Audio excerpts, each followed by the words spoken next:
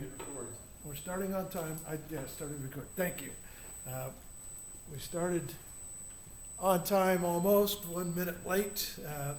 And Callie said you were going to be late and you're not. Everything okay? Yeah. Somebody ran into your car and did you do it bad, or is there no such thing as? I bought my car on my 18th birthday, and in the past week, 2 people hit it and left. Wow, is it red or? No, it's a tiny car and it's gray. So it's hard to hit. Yeah. So, well, it's not a funny thing when somebody hits their car, and it's part of life experience. Glad nobody was hurt, or at least you weren't hurt. Maybe they were. No, it's really not that bad. Okay. It's frustrating because it's new. It's traumatic. Yeah, it's a new car that you care about and you work hard for and all of that. So I'm sorry that happened to you. Thanks for being here in class anyway. That's a good excuse to be really late, and you weren't. So appreciate that. We've got a couple people here that weren't here last time. We'll do introductions next Tuesday more fully because somebody said I didn't introduce myself, and that's true. And I usually do that by PowerPoint, go figure. So it'll be faster that way. I won't go down a goat trail and get caught. Something I want to kind of wrap a little bit. We did an experiment that was our first project management exercise in class, cold. I asked you to learn a little bit about earned value management. And that was a term that probably none of us had heard of unless you've studied project management before. But earned value is even a misleading term because what does that mean? And I threw you into an exercise where you were building towers out of construction paper. You had your choice of colors. You could choose various configurations, of course. You could design it however you wanted to design it. We had a spec that you needed to do it in 20 centimeters and 40 centimeters and 60 centimeters work progress stages. We had a work spec change to ask for a 70 centimeter tower in the middle of the project. Specs change, go figure. That happens like always, you know, when we've got a project that's going on. And so we had to keep track of our expenses. This wasn't just an exercise to build the tower, because we got all of built a tower with the materials supplied. In fact, I do a paper tower exercise. It's not project management in terms of keeping track of your expenses and your time budget. It's simply a challenge to use materials and make the tallest one you can make. And we may do that later because we're going to be learning ways to win those kinds of things. We're going to be learning ways to pull teams together and make it happen. But I labeled this one with the earned value management label because that's a part of project management. And in earned value, the misleading term has to do with accrued value. How much do you have in the project right now if the Fed shut you down and you've got to go to the investment group and say, hey guys, here's how much money we lost. You're going to have to write it off in a tax write-off, right? And so how much have you sunk in there? You have to show how much value we've put into the project up to this point in materials purchased, in scheduled time burned, because our lawsuit's going to include the fact that we could have been doing something else with that opportunity time while we were working on your project that you got shut down because you didn't have everything in order, all the ducks in a row. And sometimes regulatory agencies do that to us. Job sites here in town, building houses are red tagged every day for something. I mean, it doesn't mean the project's dead in many cases. It just means that you ran the plumbing through the wrong wall and it's not the code. You need another outlet on the kitchen counter because that's the code and you didn't wire it for that. So you got to go now in and pull wires through a finished tiled wall, and that's not cheap. And so we get projects that get curveballs that aren't, in all cases, our fault. They just come from outside. And if a law changes, a rule changes, the game changes in some way. I was involved in a project in the COVID thing where the FDA decided to approve and then disapprove something middle of the COVID pandemic. And then they later wound up going and say, okay, well, let's do it this way. And they modified it. So now they stopped the project. We're talking about molecular diagnostic development stuff that costs you millions of dollars. You've got teams of PhDs that are working on it. You got to buy poisonous stuff from the CDC that they don't want, anthrax, that wasn't one of them, but you got to buy stuff like that, controlled substances to do your experimentation. In this case, it was live COVID. They don't want live COVID. It's in the hospital, but they don't want to ship it to me in the mail. And so that's expensive. It costs $25,000, by the way, to buy an assay panel of live COVID. And then you have to have all your certifications in place in order to do that. And that gives you enough for 25 experiments. So that's $1,000 an experiment just for the part that you can't see. The virus part of it. So that project got put on hold. Well, what have you got in your freezers? What have you got in investment? That's the earned value management equation. Because somebody wants to know those answers. If we had to put this on hold, how much have we burned in lost time? How much have we burned in lost materials? How far away does that, because right now there's a solution that has evolved from transporting COVID samples. We all stuck our nose up to the brain, remember, and the samples came out. They put it in a tube. That tube had some solution in it. And that solution was designed to deactivate, to kill a virus so that the people at the lab that opened that tube up weren't going to get sick, which was something that was needed. And so industry, 3 companies invented a solution. One of those companies is a company I work with here in town. And they invented that solution that could go in there. And that was allowed to be marketed as a solution, a deactivating solution, if you want to call it that, for a virus. That was allowed to be used for COVID because we were in a pandemic. And so the FDA issued something called an emergency use authorization, which means that you can do that, you can develop it, you can test it, give us some minor tests, but you can use it without a full-blown authorization to market that product without our permission, because it's an emergency. We don't want to wait an extra 2 years because we want the pandemic to get treated. So 3 companies developed one of those, and now they're developed, but the FDA says, okay, emergency use is over with because we're not scared of COVID anymore.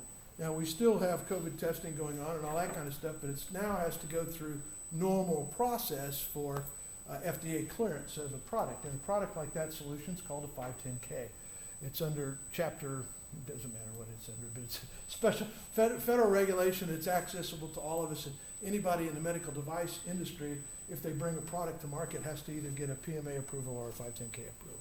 And 510K is the shorter of the two, but a 510K process costs a lot of money. It takes about a year or 2 years of testing, depending on the complexity of the product. But my point here is the investors asked me a question the day before yesterday that said, all right, how far along are you on the 510K process? How much will it cost to get the 510K? You've already gotten an EUA, emergency use authorization. You've already gotten a CE mark to market that product in Europe. So we had to do testing to get to that stage. The question was, how much will it take to get a 510K? They wanted to know cash investment, and they wanted to know what day we would get an FDA 510K clearance. Well, I'm not in control of the FDA. Nobody is in control of the FDA. It's a black box in Washington that you send stuff to with money and you hope, right? But there's some cycles, there's some estimates, there's some guesses. This is a project, right?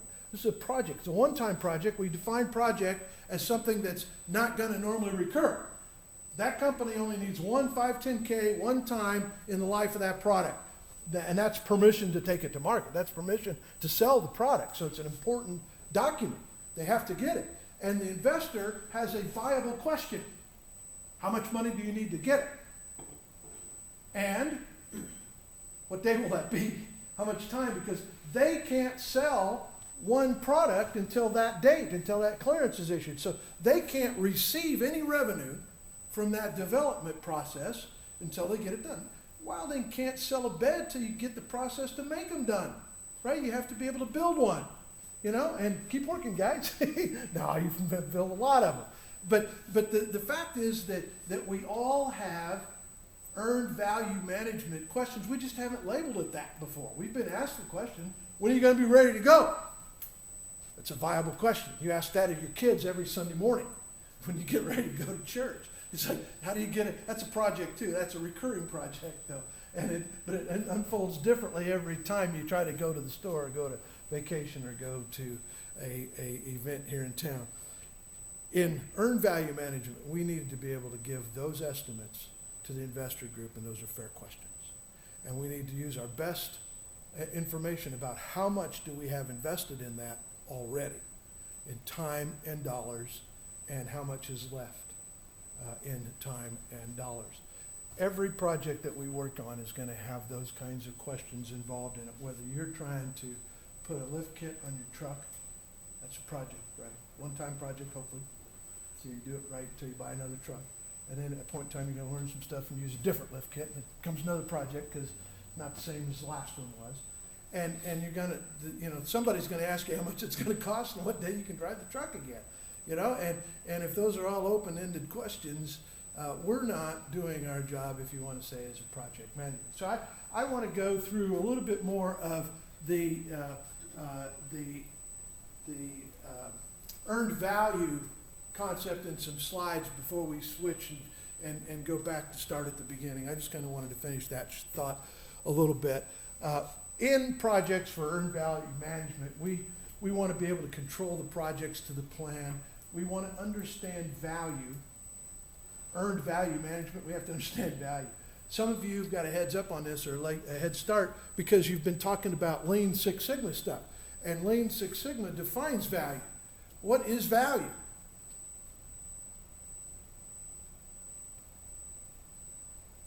It's late in the day. It's early in the class. I got nothing. What's value? For us, value is anytime we're doing something to the bed as it's moving through, we're adding value to time. Okay, in Wilding terms, you're adding something to the bed, yes? Anything the customer will pay for. There you go, you nailed it. That's exactly the exact words that Toyota is looking for when they talk about Lean Six Sigma and lean production methodologies that we're all patterning after what Toyota did to change the world and get better at that. Whether you like Toyota or not, they invented a good way to manufacture stuff. And the definition of value is anything the customer is willing to pay for. If the customer's not willing to pay for, that's just sucks to be you. It's money you're spending that you probably aren't going to get back because you couldn't send an invoice to the customer and say, here, pay me for this. Give you an example of that. Sunrock out here, they got a gravel pit. They got gravel pits all over. And the gravel pits feed into Central Material places. And when they blast out rock in gravel pits in southern Utah, it doesn't come out in nice, pretty river rock. There are places where they quarry river rock, but most of the rock around here gets blasted out as the bedrock, and they crush it. And when they crush it, it doesn't break into the same size pieces. So they crush it and they grate it into pieces. You want those teeny tiny little pieces in your kid's sandbox, right? You want certain bigger pieces on surfaces that you're going to walk on. And surfaces that you're going to drive a heavy truck on, you can use big chunks of gravel because they're not going to blow out and displace quite as easy. So you can get big chunks of rock. And if you're doing landscaping, you want bigger chunks of rock. And so they sort all the stuff that comes out of a crushing plant by size. And then in that sorting process, it's in a pile. So they take that pile, scoop it up with a front loader, and put it in dump trucks, and they haul it off and put it in another pile. Now let's talk about value. What is the customer willing to pay for? Size of the rock. I just want you to dump one truckload of rock in front of my house, and I'm going to make a driveway out of it. I'm going to put it in flower beds. Whatever it is you're going to do with it, the only trip you want to pay for is that last trip with the dump truck to your house and they dump it. All the rest of the stuff, you don't care how it happens. Knock yourself out, go out to the gravel pit and pick them up one at a time the size you want and put it in the truck. All those rest of those pile it, load it, haul it, pile it, load it, haul it, conveyor it across the Gulf. Whatever it is that they do is non-value added stuff. Because you as a customer don't care about that. What all hoops they had to jump through. So, from a manufacturing point of view, if you're Sunrock, any of those trips that I can stop doing only impacts my bottom line favorably. Customer doesn't care or know. They're saying, fine, haul it one less time. I don't care. Give me a discount maybe because you saved some money. But haul it one less time. That gives you the ability to be more competitive because maybe you did haul it one less time and you got less money invested in that project. Earned value management. We're back to that. How much do we have in that pile of rocks? I took a course one time on how to audit a pile of rocks. Because apparently gravel companies all over the world lie about how many rocks are in their pile. And that lying matters to the investors that call that an asset when you're buying the company. Bryce Christensen here in town, Christensen Excavation, just sold his business to Sunrock. Well, how do you put a value on that business? Because there's the book of business, that's a customer base, some of you of which are customers. And then there's the trucks. How many trucks did Bryce own? Sunrock gets those. How many piles of rock did Bryce have? Sunrock bought those. Well, Sunrock sent somebody out in due diligence, and they said, tell me how many dollars worth of rocks is in that pile. So apparently there's good ways to lie about that. That pile might be on a piece of scrap train. You don't know. It might not all be rocks in there. And he might say, well, we put the rocks in because we were filling a hole, and then it became a rock, and there's a hole just as deep as it is tall. There's twice as many rocks in that pile as you think. And the IRS wants to know because they're going to tax you on your inventory, right? At the end of the year, they're going to tax you on how much inventory you're holding. So if you lie about how many rocks you own, that's called tax fraud, and you go to prison for that. So you've got to be able to get this stuff right. We got to know the earned value in the process. If you bought those rocks originally to resell them, that's a business. It might be you got them for a project, and then that's a project, and it falls under project management. Either way, we have to know things about how much money do we have in it, and we have to be able to support that, right?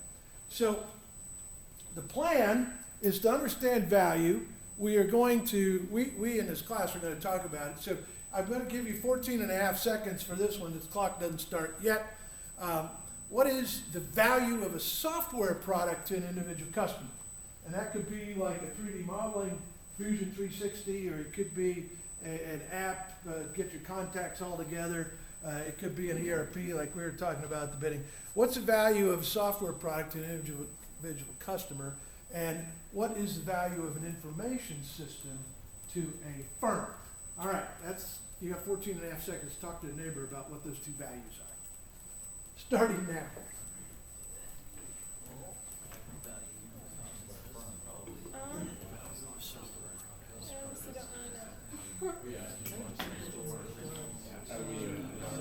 Your life easier, has a lot of value, software makes work easier.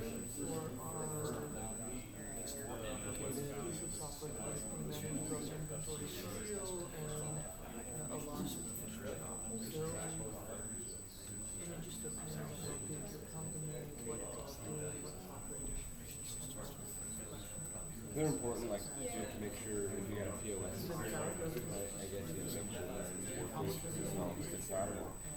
Oh crap, everything's gonna mess up.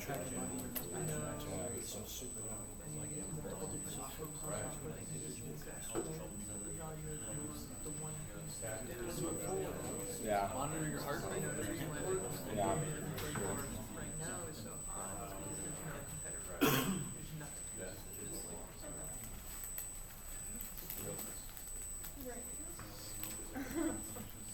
15 seconds you still got. Well, I got quiet. Everybody's got an answer there. Okay. This is not a trick question. This is just an idea. There's a bunch of definite answers for it, aren't there? What is the value of a software product to an individual customer? What are some of the things you thought? Right? If you own like an online business, software is important for its functioning. I'd say it's valuable. Information system to a firm, I'd place really high if you're tracking inventory numbers, money. Given that's working, that's accurate, I would say it's pretty important. Okay, how would you add to that? Eli? It really just depends on frequency of use and necessity of use. Okay. I know we currently use a piece of software to track all the steel in the entire company, and it allots it to every job, and it does everything for us.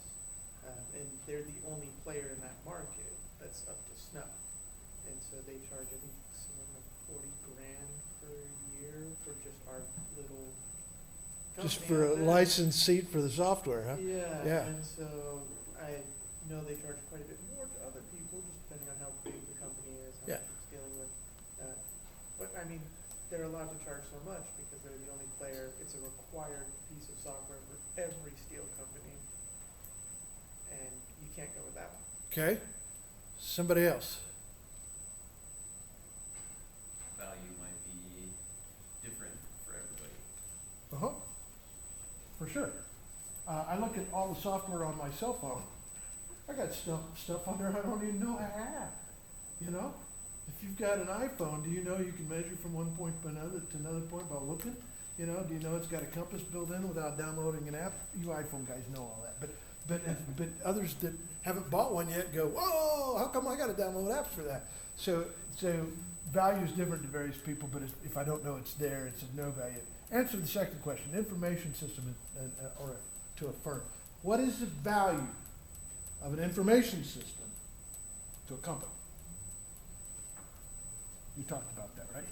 I mean, you think about auto parts or, a dealership, they have to have information systems that pull up specific parts for a specific vehicle that go in a specific place. And they also have diagrams and replacement catalogs, and they have to have access to things like Mitchell 1, and they have to have access to part systems that are built specifically. You take Chrysler, they have software that's built specifically for Chrysler. It gives you a breakdown of a part, and then it gives you a breakdown of the parts. And so, I mean, that's extremely useful, Yeah. as far as for the customer who's paying, and then for the mechanic who's doing the work. Yeah. You buy it and it still doesn't work. But that's another problem, right? Jake, what do you think? I think that information systems to any company, anytime that type of information is invaluable. I mean, Yeah. you're putting a price on data, what's the data worth to you? It could be $1 for, a schematic, or it could be $1 million for that one piece of evidence to a trial. Yep. That's stored on your servers. So we danced around these two, others of you have thoughts and ideas too, and I didn't mean to cut you off. We danced around a whole bunch of different definitions of value, haven't we? They all fit what the customer is willing to pay for in one way or the other. If we develop software that nobody's willing to pay for, then we're dumbasses. I mean, why did we do that? There has to be a revenue model in there, or it's just a hobby. And if you want to do a hobby, that's fine, but you can't call that a business. The first answer had to do with what it does, what the software does, and the second answer had something to do with how it added value to the company that was using it in terms of efficiency or cost rather than functionality. You were talking mostly about functionality. You're talking about what that functionality means. Then we heard somebody talking about what is the value of that to the company in terms of tracking and keeping track and finding information faster. You talked about information itself, that you could almost take the reverse and say, what is the cost of ignorance? What does it cost us to not know this stuff? And if you want to sell something, that's sometimes the way to sell it is, what does it cost to not know? And a company can talk about that. And there was another answer that had to do with what is the value of the software itself to the developer? How do you monetize? When you're writing software, developing software, how does it make money for you as a company? So the aspects of value we just brought up a whole bunch of them, to the company itself, to the customer of the company, to the supply chain in the middle, that's getting large warehouses full of information or products to the right places in the right time, and then value to the end user itself. So if we're looking at earned value, we have to really define how we're talking about it. In what aspect are we talking about it? Potential value to a customer or actual cash cost to you, because I'm taxed on actual costs.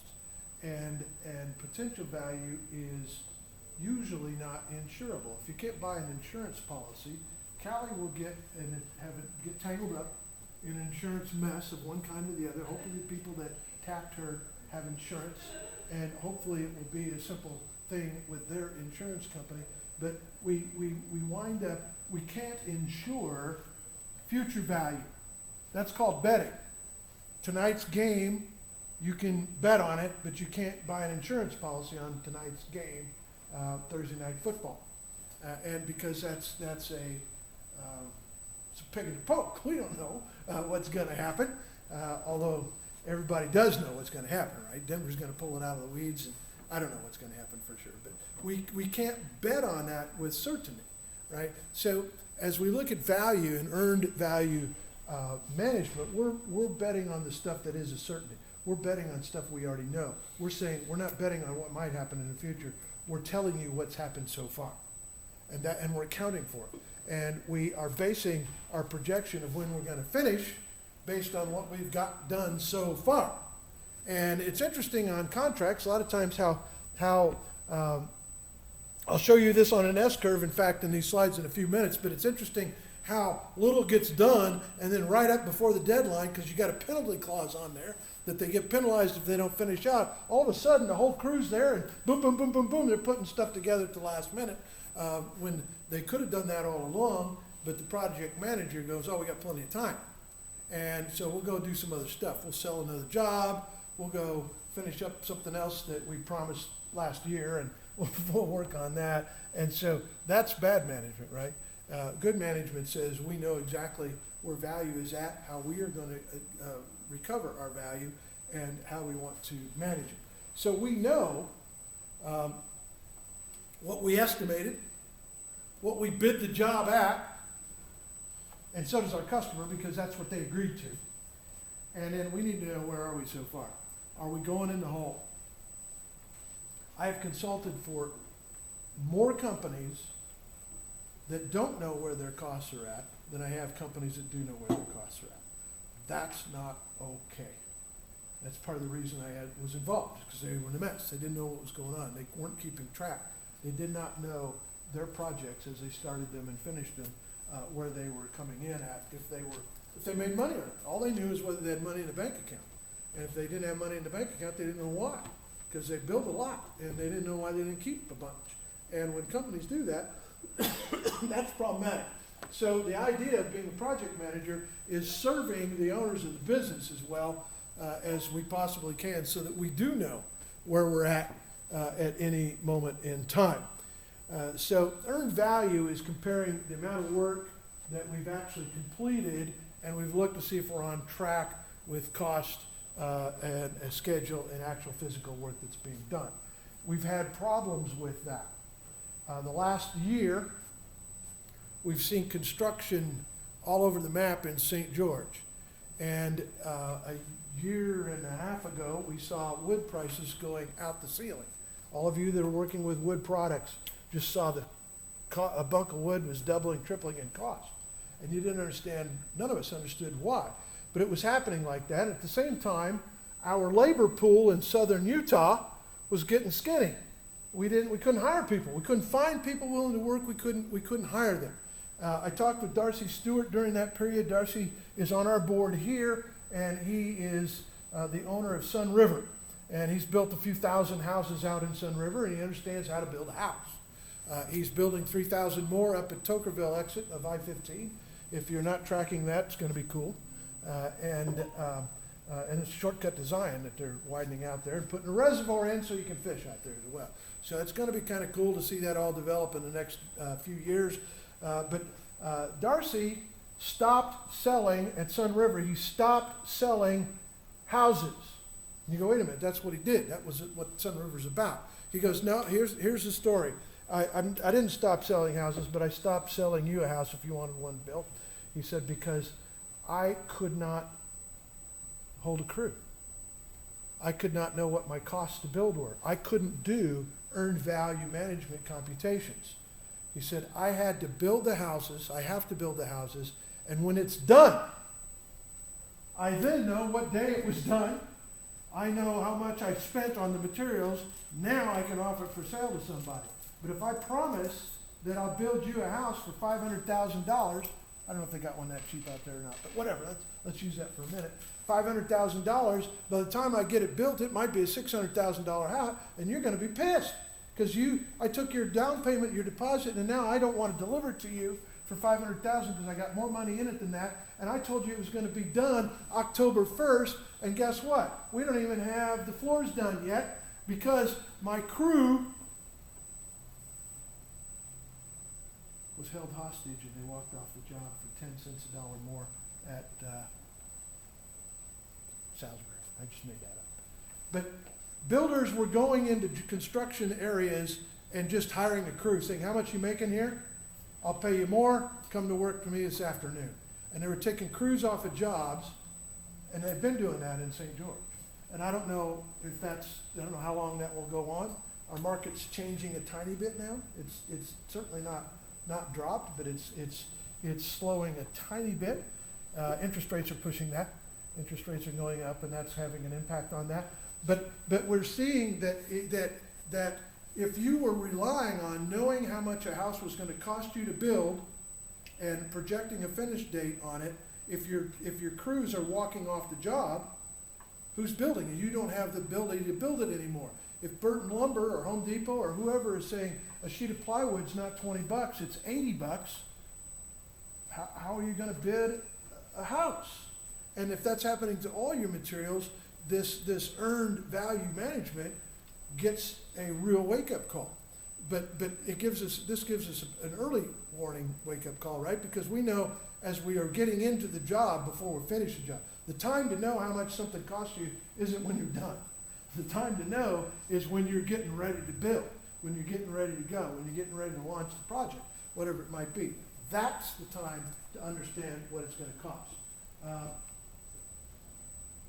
So earned value has to do with eating the elephant one bite at a time, and we'll be talking about that with Agile as well. Agile project management is about taking smaller chunks and making deliverables, many deliverables in our project, whether we are just rearranging your garage, finding all your tools and putting them in a spot where you want them to be, if that's the project, or if it's a bigger project like you're building another bridge across the Virgin River, which we need. This town, we've got 5 bridges. There's only 5 ways to cross the river, and we need another one, or put a ferry in or something. I don't know how we need to do that. What is a WBS? Put it on a slide here, even though we hadn't talked about it in class yet. What's a WBS? Write this one down because we'll be using it and you'll be doing one. I haven't given you your syllabus yet. I will tell you about, I said I might have it done today, but I don't have the approval on it yet. My target is Tuesday. Earned value management says that's a deadline that's slid, but I warned you that it might because it's not in my control. This will be a homework that you will have to do. You'll have to work on this in relationship to a project that you choose. WBS is called a work breakdown structure. That's a project management tool. That is a Saturday shopping trip tool. What do you have to buy? Where do you have to go to buy that? What order should you go in? You do that every Saturday. Yeah, you got a list of errands you want to run, and you do a work breakdown structure. That's your work. You get agreement with your family, whether you're going to take the truck, the car, 2 cars, how are you going to do it? And that's a work breakdown structure. We do it informally in our head all the time. In project management, we're going to do it formally.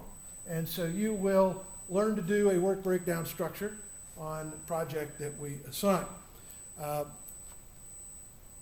And we'll talk more about that when we assign it. We need to know in a work package what the actual details are that you need to do, and they need to be determined in at a level that is understandable by the team, by the crew.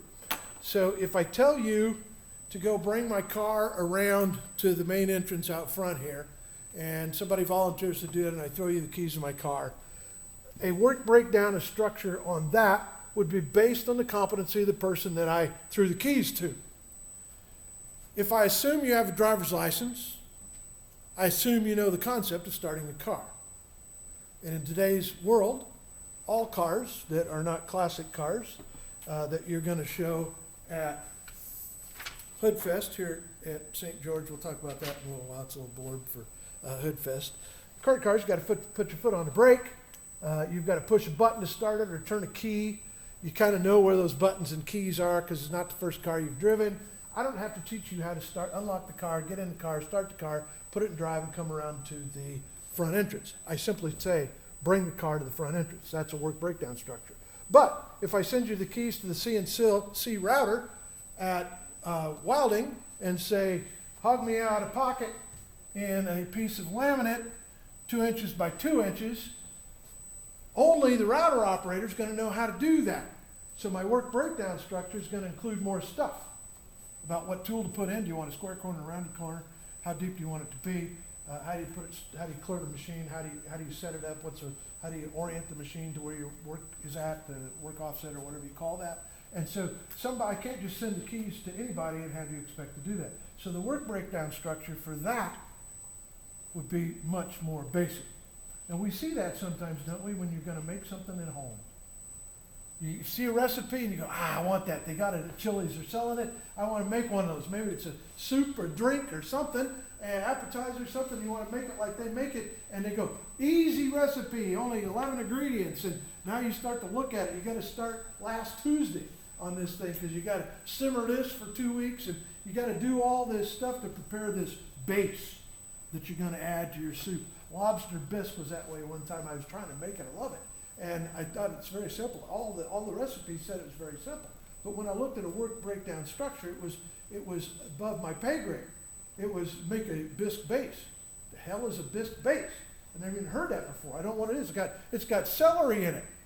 I don't even like celery. Why did they put celery in lobster? I love lobster bisque. Why did they put celery in it? Didn't know. And so they put all this stuff in there that you don't even know is in there, right? Because if it's done right, it's all cooked in to these flavors and savory stuff. So if you're writing a work breakdown structure on how to make lobster bisque, for me, it's different than the one you write for Martha Stewart.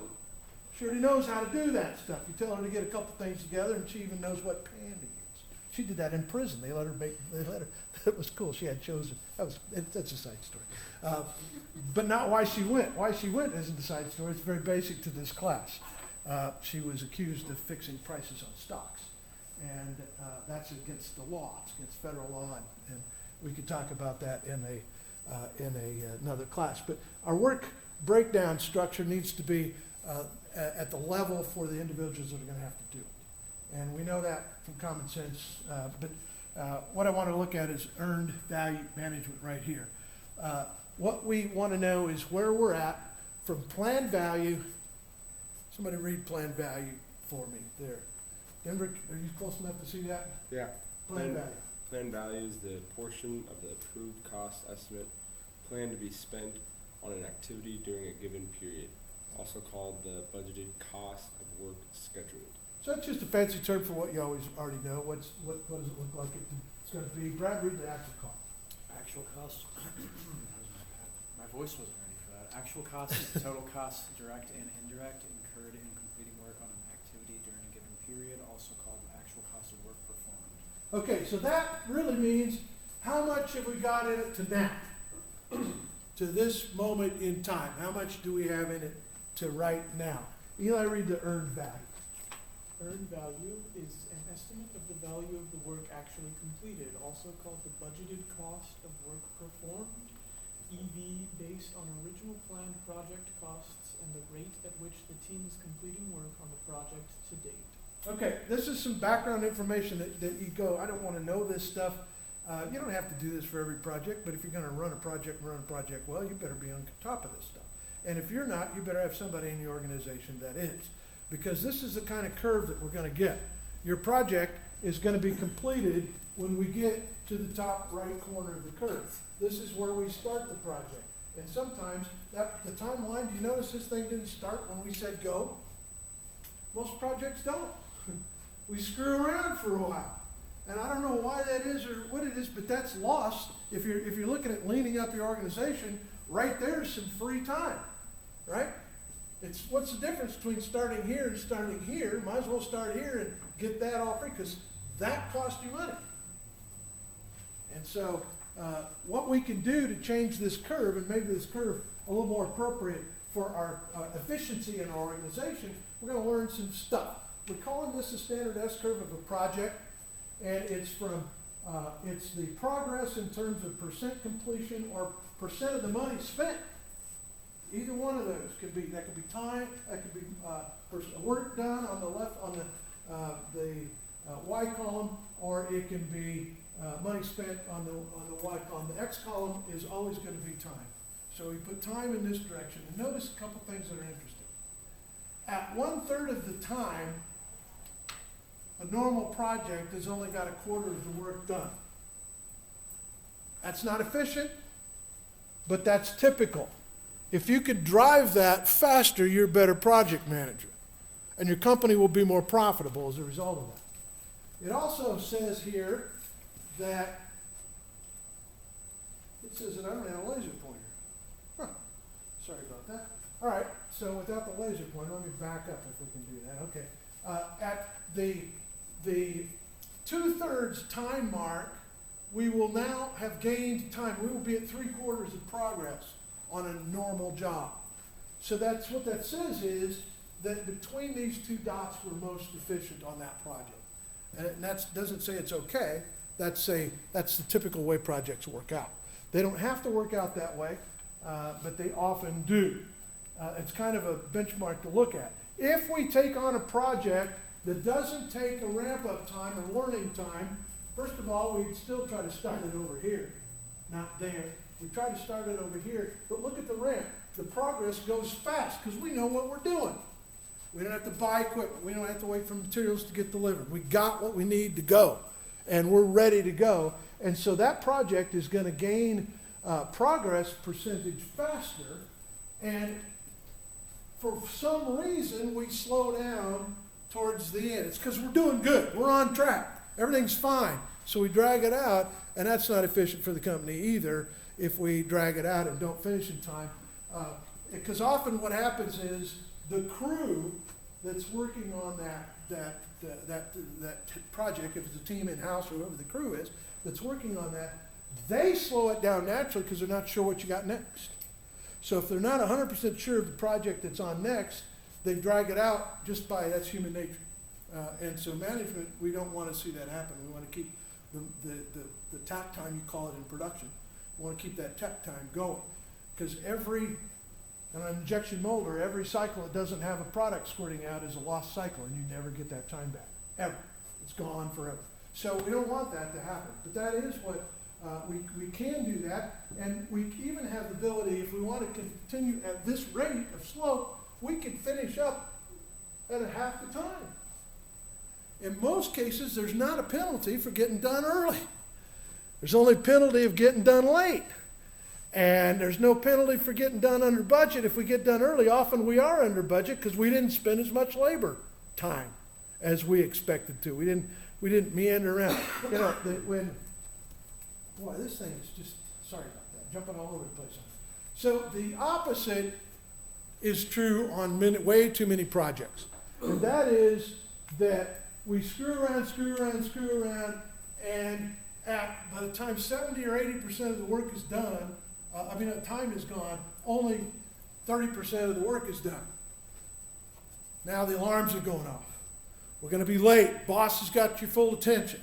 And the customer's on the phone going, what's going on? We've been on the receiving end of this. We've been trying to make calls. They're not answering the call anymore. Just trying to get somebody to dig you a pool. And they said they'd be there this day, and they weren't, and they never weren't, and they weren't. And here we are, and they're going, well, we can still get it done on time. And you're going, maybe, but they're going to cut corners, right? They're going to have to. I'm not going to get the value that I needed. And look how hard they have to work. The slope is really a steep slope for that last. And that's not an efficient way to run our project. And we are used to projects where this is kind of the setup. We're sitting around for a while, and that's we'll say just that's not efficient. So the calculations that I asked you to compute on the project that we worked on together, the calculations where I wanted to know the cost variance, I wanted to know the schedule variance, I wanted to know the schedule performance index, for which we have to take the EV and divide by the PV, the cost performance index, and this is what I asked you to do, but I didn't ask you to interpret what that means if you did it. And I looked at a few of your pieces of paper that you did, and all of you made an attempt to do this. We'll make another attempt on another project. I'm not going to grade your attempt because that wasn't the purpose for to get a grade. The purpose was to expose us to something we didn't know and go, yeah, I didn't know that. And so now I'm going to learn that. But what you didn't know is, what does that index tell you? If it's less than 1, you're over budget or behind schedule. If it's greater than 1, you're under budget or you're ahead of schedule. So we're trying to get a number. When you built your towers, I was trying to get you at a spot where you were ahead of schedule. This group over here in this corner, those of you here were in the room, was ahead of schedule almost the whole time. And I don't know what all the reasons for that were other than awesomeness.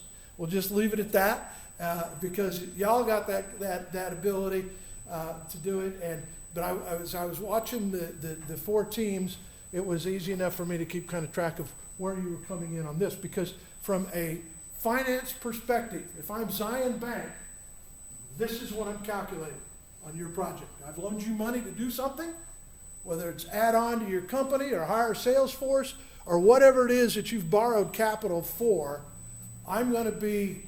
You had to make me a proposal before I loaned you money.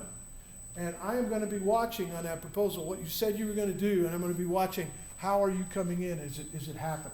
Because if it's not happening, the banks call consultants and say, go in there and get this thing fixed before we lose our money. Because the next thing is they lose their money. And we don't like that to happen. It's not good for our economy. It's not good for your company. It's not good around at all. We want us to be able to manage a project and get the stuff done because it's cool stuff that we're planning. I talked about the bridge, that Mall Drive Bridge. Remember when that was a field? And we go, man, how's traffic pattern? We're never going to, that's the center shopping area kind of, it seems like. I don't know. Now that we've got we've got Huntsman senior drivers in town, and there's a lot of them, and they're everywhere. And so, good thing we got one more way to get around. But that bridge project, we watched that, and it was not on at cost. It was over cost. It was over budget. It was late getting built. They blamed it on a little minnow fish that they couldn't disturb its breeding ground. And, that was not the truth. Why it was a badly managed project on that one. If you know somebody that was involved in it, it's just history that we can look at. It's not throwing rocks at anybody. It's hard to build a bridge, and especially when environmentalists are trying to keep you from building a bridge. And we watched that happen right under our nose. So the PV, the EV, and the AC that we talked about there are telling us whether we are as we planned, or whether our schedule is slipping, or whether our costs are overrunning. And that we want to know. If it is going to happen, it's much better for us to know that right up front. So last slide of this is this one. We want to keep track of those curves. Those same curves, those curves right there that we got from here, we want to keep track of those on a project so we can show. And why we want to do that is I hate the boss just asking all the time. So if you've got a picture that you can show the boss, then life is much better. Or you got a picture you can show the investors, or you got a picture that you can look at yourself and talk to your team about and say, hey,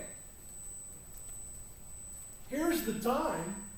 We are supposed to be there and we're here. How do we recover? And if we know that here, we might be able to recover before we get there.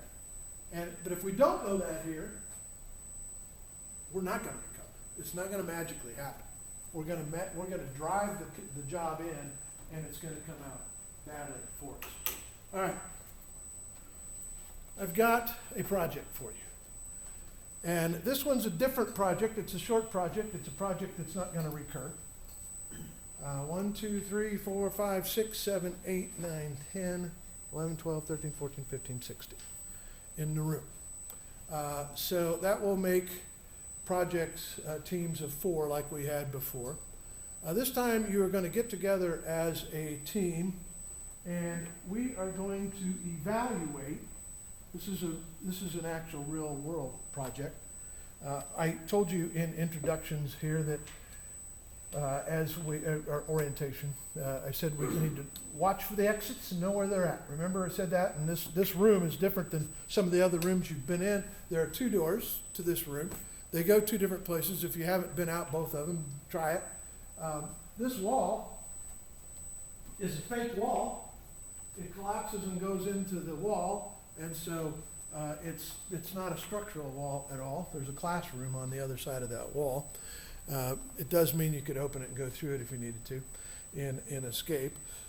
We have exits, stairways over here, 2, and we have an exit stairway towards that end of the hall. They're both marked. We have elevators, which we shouldn't use in an emergency, as we reviewed and said. What I didn't say is, what do we do if the building catches on fire? We talked about how to get out of the building. We didn't tell you how to put out the fire. And our policy at the college is let it burn. We are not trained firefighters unless you're a trained firefighter. But this is not a firefighting training class. You didn't qualify for the class because you're a trained firefighter. We'll assume no one here, except perhaps military personnel, are trained as firefighters. It's not our job to put out the fire. The college says get out of the building and get other people out with you if you can. It's not your job to save anybody else, however.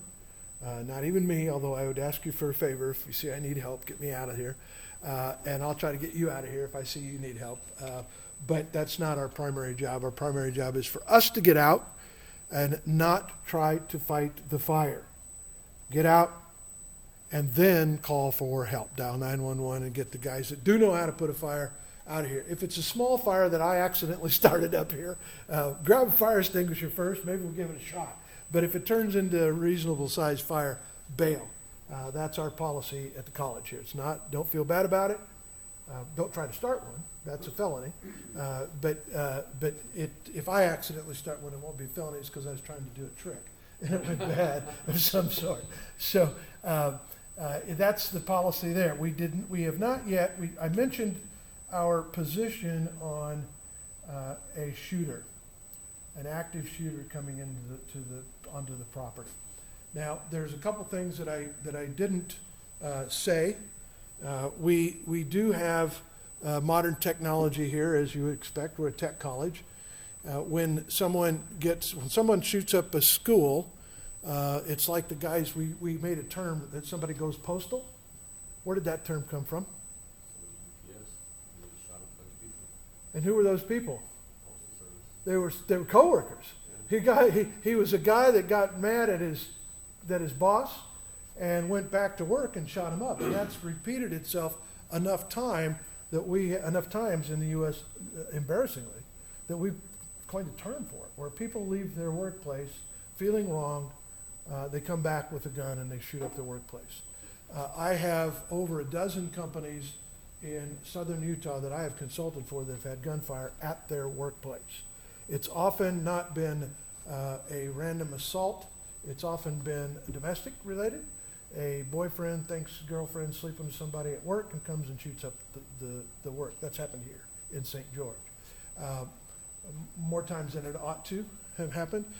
We had a case where the police were chasing some people and they bailed the car in the parking lot and of industrial park here, and they found a door that was open, and the company had a night shift going, and the cops were coming with guns out. There was gunfire going towards the cops, and so guys running through a plant that left the side door unlocked.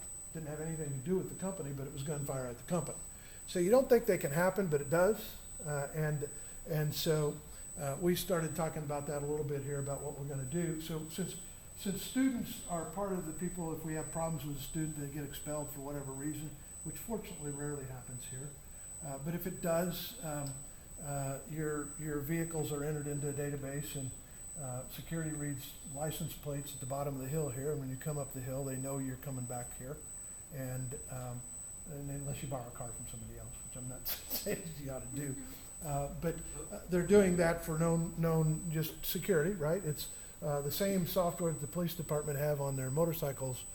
Cops, when they pull up behind you, that camera is always reading license plate numbers, and it's reporting it to the officer in his ear when they run a check on every vehicle they come up behind without calling any of them in. The system runs the check.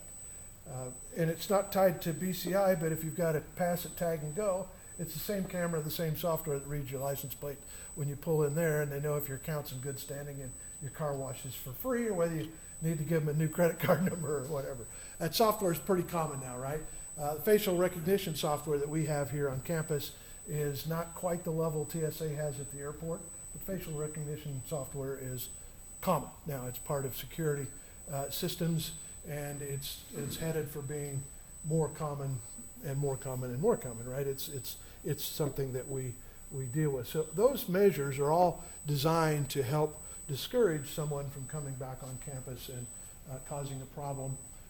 But random shooters are something that we have to be trained for anyway. So when the cops came in here, the last training they did, they fired an AK-47, no, they did not, AR-15 in the lobby right here. And that lobby is big and cavernous, and it's like, you know, I've gone to the firing range enough times to know I know what gunfire sounds like. That's not what gunfire sounded like. I was in a classroom when they fired it, and it just sounded like somebody had a nail gun and was building a wall. It sounded very much like a nail gun. And that was a surprise to most of us that heard it. There are times when it's closer, there's no question of it being gunfire. But the St. George Police trained us to say that if there are loud noises, all of us hear a loud noise now and then, and most of them are explainable by a book fell off the shelf, or somebody slammed the door, or something fell. But if you hear two in a row, it's most likely gunfire. The probability is higher. It's not fireworks.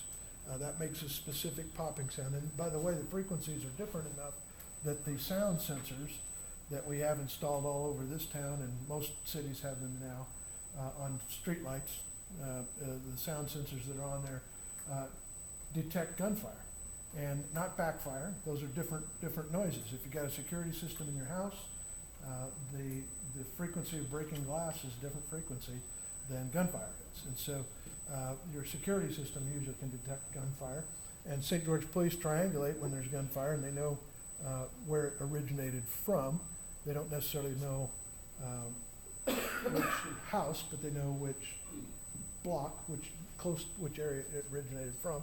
So eventually, if there's gunfire that happens here on campus, the police will respond. 12 minutes is what they say is the average response time. It may be longer, it may be shorter. But there's going to be a period of time that we won't have police coverage if somebody comes into any place. We had shooting at the trolley Square Mall in Salt Lake. Christmas time, some of you remember that. It wasn't that long ago. Somebody went into the mall and shot it up. It's Utah. You wouldn't think it would happen in the bubble bath of Salt Lake, but it did. And so we might be in the mall when something like this were to occur. I hope it never happens for any of us, but I want us to have said that we've spent a little bit of time talking about it. And most importantly, you've gone home and talked to the people you love about it, so that your family has a plan. Project management's about planning, right? And if we have a plan and training of what we're going to do and how we're going to react, we don't have to think about what am I going to do and how am I going to react. And that's the idea behind it. So the college is looking at a couple of other videos to use as part of the training. And our project here, that's serious, they are.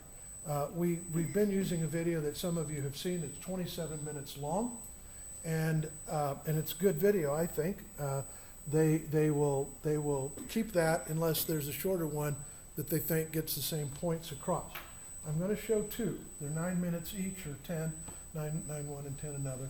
And I want your team to have some discussion about, would that be a viable tool to teach the topic, and why? So the project is, which one of the videos is best, and are either of them adequate? These are two videos that have been produced for a college, Ohio State and Towson University, I think, are two. There may be another one that I see, but right now we're gonna watch those two. You are gonna divide into your teams, and I'm gonna name in a second. And you'll have a discussion about how do you want to handle this project. Not just watch, I gave you rules, I gave you an outcome, I gave you an objective, but how is your team gonna actually do that? And so I want you to have a team meeting and decide how you're gonna do that project. This is a small project with low stakes, but it's an example of non-repeating project, and it's part of our training we're gonna do here. So we're gonna count off just like we did last time, 1, 2, 3, 4, and we'll have team 1 in this corner, team 2 in that corner, team 3, team 4 over here to have your team meeting. 1, 2, 3, 4. 1, 2, 3, 4. 1, 2, 3. 4. 1, 2, 3.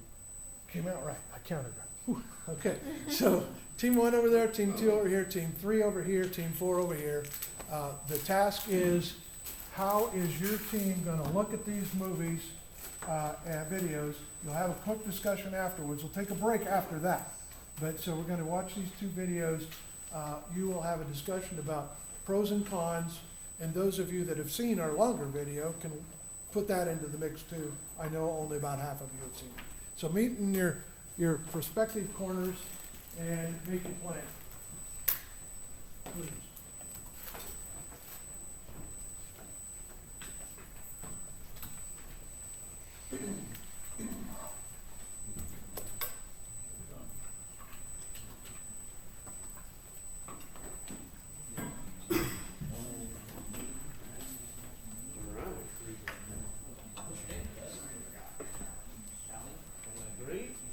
I'm Denver. Who's Andrew? Landon, right?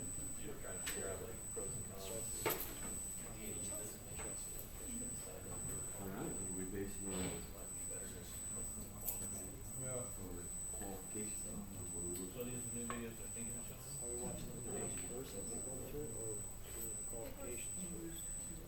I think we need to decide the qualifications first, right? And then we're gonna watch both videos and then decide which one meets our qualifications.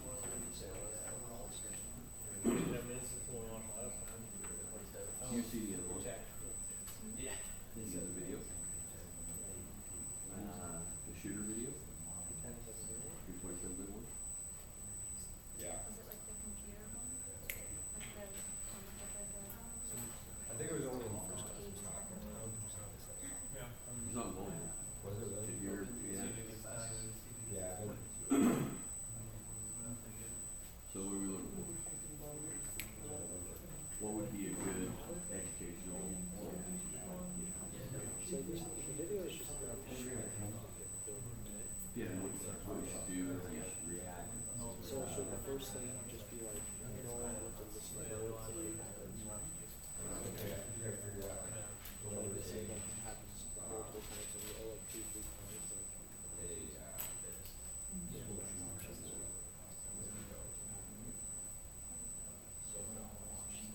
What else should we do? Finding either exits or barring yourself in. Should we say escape plan? What do we do with Dylan?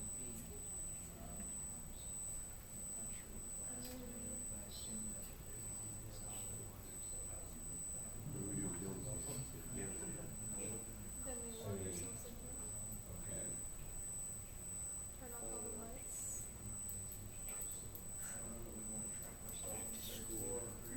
Yeah.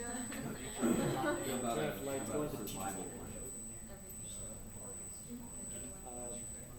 Personally, I would say if we were like in a bargaining situation, or a shooter came in, So what if we got one dude there and one dude there? something ready to go. Right, so we got two people coming in. Yeah, so what do we do? I pepper spray in my bed. I appreciate it. There we go.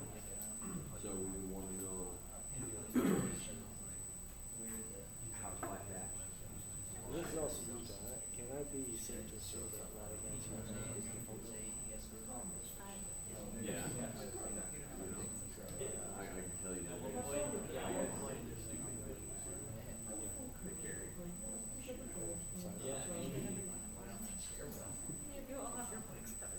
Well, well, I'm not going here, but, no, I do not, I'm just saying.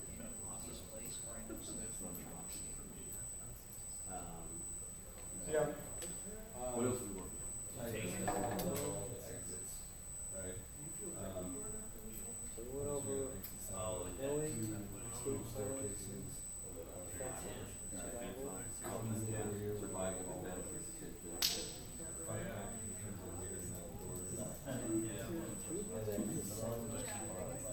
That'd be like going in, responding to it, defending yourself, or escaping. what else?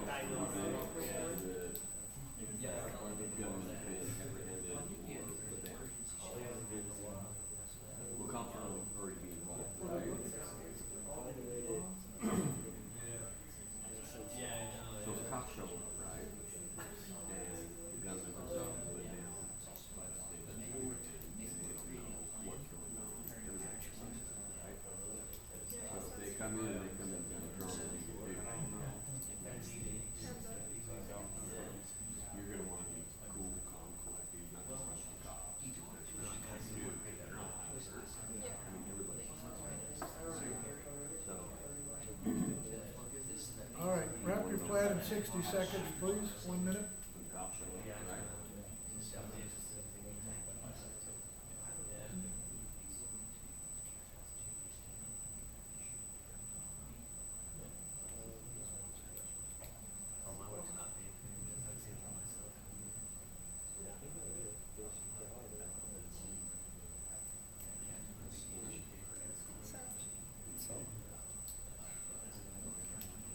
Alright, so we've got 4 standards, 4 qualifications.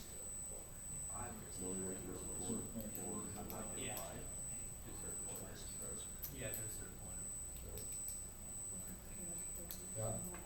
Okay, I think we're gonna watch the videos. You can sit where you are as a team. We'll get a team report. I hope we talked about who was gonna give the report. You'll have a quick discussion after the videos, to come up with your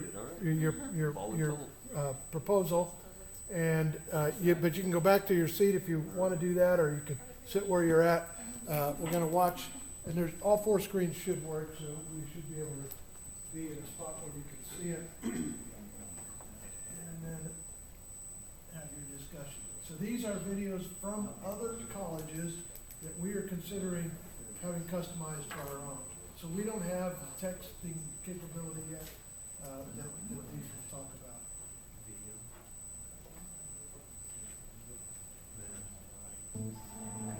I'm Officer Cassie Schaefer with the Ohio State University Police Division. Since we launched our Surviving an Active Shooter video in 2015, we've received more than 1 million views. We've also received many questions from our students, faculty, and staff. We're back to expand on our safety tips. As you learned in our first video, while it's scary to think about, you can survive an active aggressor situation by remembering 3 simple words: run, hide, fight.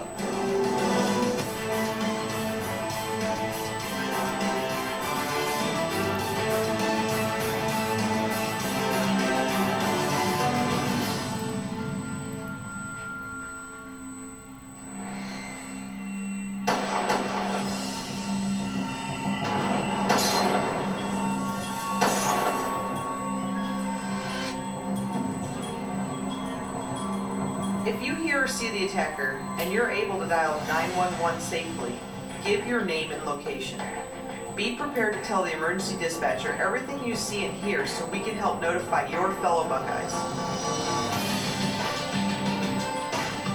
Once notified, police will immediately respond.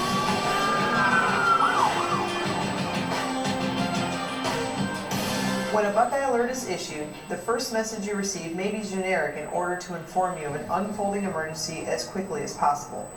More information, including a location, will be shared soon. Even those not in the same area or building may be asked to shelter in place. Get to an interior room and lock doors or barricade doors, if possible. Text loved ones to let them know you're okay. Avoid dialing 911 simply for information. Dispatchers will be busy taking emergency calls from victims and witnesses. Updates will be shared via Buckeye Alert or on the emergency.osu.edu website. If you're outside, be aware of your surroundings and evacuate the area or seek shelter. More detailed information will be shared soon. Remember the run, hide, fight motto. The option you choose will be heavily dependent on where you are and your proximity to the attacker. Hopefully you've already prepared or at least thought about how you would do all three. If you see the attacker or know they're in the area, your first option is to run. Escape the area.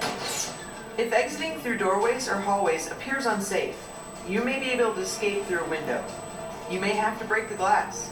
Find a heavy object and stand clear. Place clothing or other material over the broken glass to prevent cuts or injuries, or scrape it away before climbing through.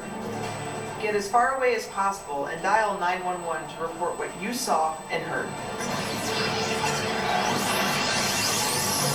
If you feel, given the information known at the time, that hiding or barricading yourself is your best option, try to find a nearby room.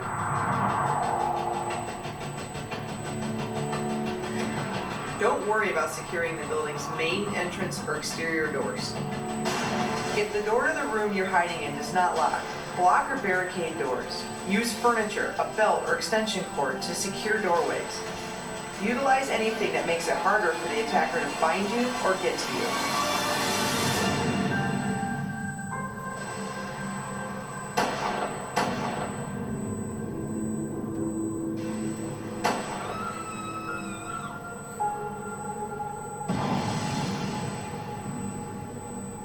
If furniture can't be moved or the door can't be locked where you are, you may choose to hide in another room if it is safe to move.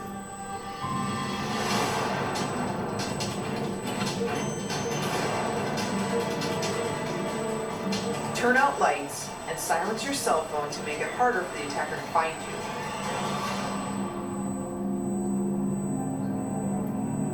Only open the door for law enforcement.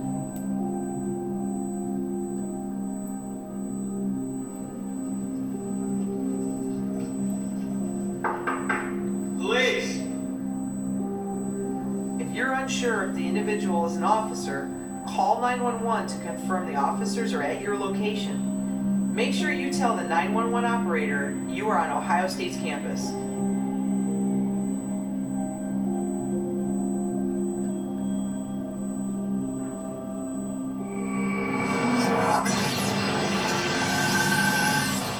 Fighting is always your last resort, but may become necessary, so you should prepare. While in hiding or behind a barricade, look for things you can use as weapons and prepare a plan should the attacker gain entrance, forcing you to fight.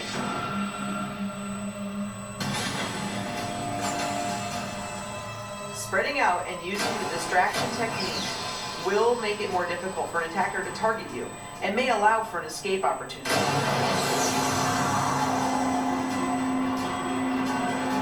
If the attacker enters the room, throw books, bags, and other objects to disorient the attacker. If necessary, swarm the attacker as a group. Grab onto arms and legs. If the weapon comes free, kick it away or put it in a trash can away from the attacker. A group can incapacitate the attacker and take them to the ground. Police are on the way. Restrain the attacker until they arrive. Your decision to run, hide, or fight is based on the information you know and your proximity to danger. Stay informed via the Buckeye Alert system. While we want you to make decisions for your own safety, we also hope that you have the safety of your fellow Buckeyes in mind. Do not take actions that would jeopardize the safety of others around you. We encourage faculty to dedicate a few minutes on the first day of classes to watch our Surviving an Active Shooter video. Have a conversation with your class about what to do in an emergency and point out the exits or escape routes. Discuss ways to secure or barricade the room. Most importantly, have an emergency plan and be prepared. Our Department of Public Safety has a full training program on surviving an active aggressor attack and can offer additional training to classes or departments upon request. Code Silver, Code Silver. Medical center employees responsible for patient care have different roles and responsibilities. Follow our Code Silver procedure and ensure patient safety. Now that you know the basics, it's time to learn more about how you may be able to help us prevent an active attack. First, know the warning signs. Pay attention to clues that may lead to strange or overly aggressive behavior.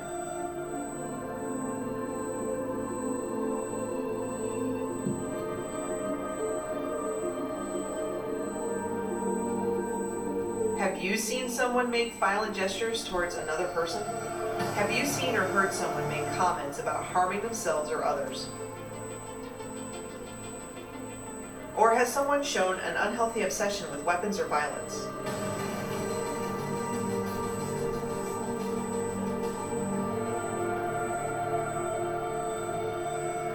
You may just have a gut feeling that something isn't right.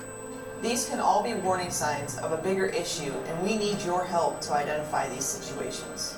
If you see something, say something. Report suspicious or concerning behavior to the Ohio State University Police Division or local law enforcement. Our officers are trained to assess situations and offer support services to distressed persons. Like you, our goal is for the safety of everyone, including the well-being of the person in crisis. Add OSU PD's non-emergency number to your list of contacts and always dial 911 in emergencies. Those on regional campuses can also reach OSU PD dispatchers by dialing 614-292-2121. For off-campus incidents, dial your local law enforcement agency. Look out for your fellow Buckeyes in advance by speaking up if you notice something concerning. And remember, these 3 simple words could save lives. Run, hide, fight.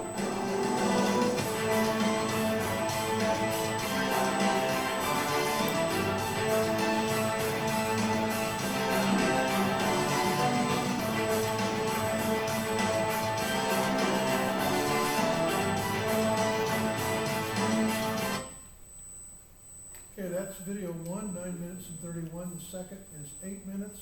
We're going to compare, it's another school, another college, and we'll compare that. Your team will talk about it. This may be the most important video you will ever watch. We hope not, because for that to come true, you would have to be involved in an active shooter incident. While the likelihood of finding yourself in an active shooter incident is small, the risk is real, and these situations are happening with increasing frequency on college campuses and elsewhere. Our objective is to help put you in control of the outcome. Everything we discuss in this video can be summed up in 3 words: run, hide, fight. But first, what is an active shooter? An active shooter is someone with a gun attempting to kill people in a confined, populated area. For you, that means someone with a gun on campus who wants to kill.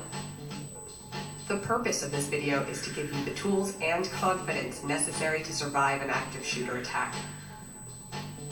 How will you know when an active shooter attack is underway? Know that gunshots don't always sound like they do in movies. If it sounds like a gun, or even firecrackers, consider that it may be an attack. Do not wait for confirmation. Do not seek a second opinion. If it sounds like gunfire, it's gunfire. The same goes for screaming. While screaming doesn't always indicate danger, it may be a reaction to something terrible. Keep in mind that police are minutes away, not seconds. You must fend for yourself during this time. You cannot wait for the police to arrive. You cannot wait to act.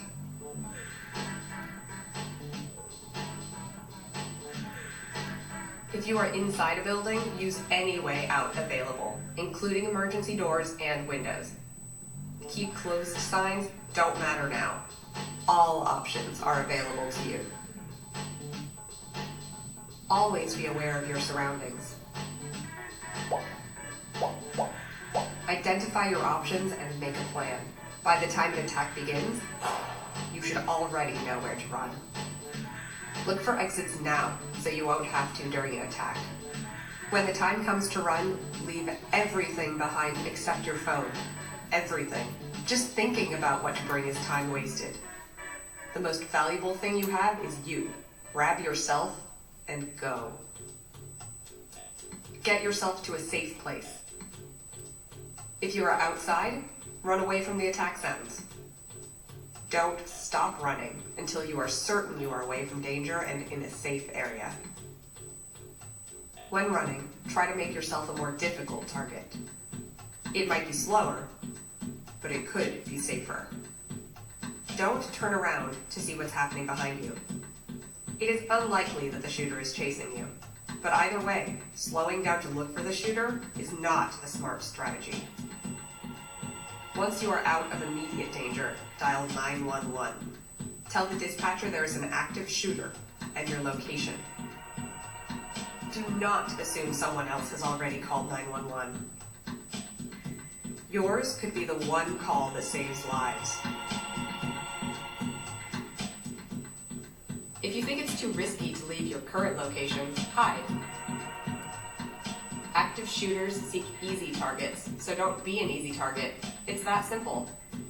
An ideal hiding place would be a room with no windows and a locking door, but that option might not be available when the time comes. Turn off lights and shut the blinds. Make it look like the room is unoccupied. Even partial darkness helps. Choose cover over concealment whenever possible. Concealment is something like an office partition. It will hide you from sight, but it will not stop a bullet. Cover is something that will do both. Heavy wooden doors, file cabinets full of paper, and objects of this type should always be your first choice. If possible, barricade doors behind you, even if locked. But try not to make unnecessary noise in the process. Be silent. Turn your phone to silent. Disappear. Shooters don't waste time exploring rooms that look unoccupied, trying to break down locked doors, or searching for hiding students. Once hidden, be prepared to stay hidden a long time. Stay calm and be patient. It may take a while, but the police will eventually find you and lead you away from danger. Again, the time to look for places to hide is not after the shooting has begun. It is now. Wherever you are on campus, be aware of your surroundings and ask yourself, where could I hide if it happens? What are my options? Does this classroom have a closet? Does the door lock? What could I use to barricade the door?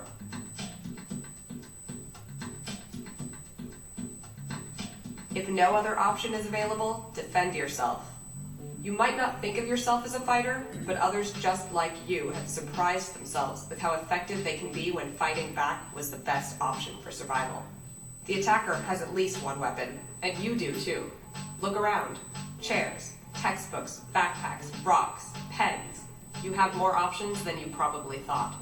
One readily available weapon is a fire extinguisher. You will find them in nearly every hallway. You also have surprise on your side. The attacker is not expecting armed resistance until police arrive. This is your advantage.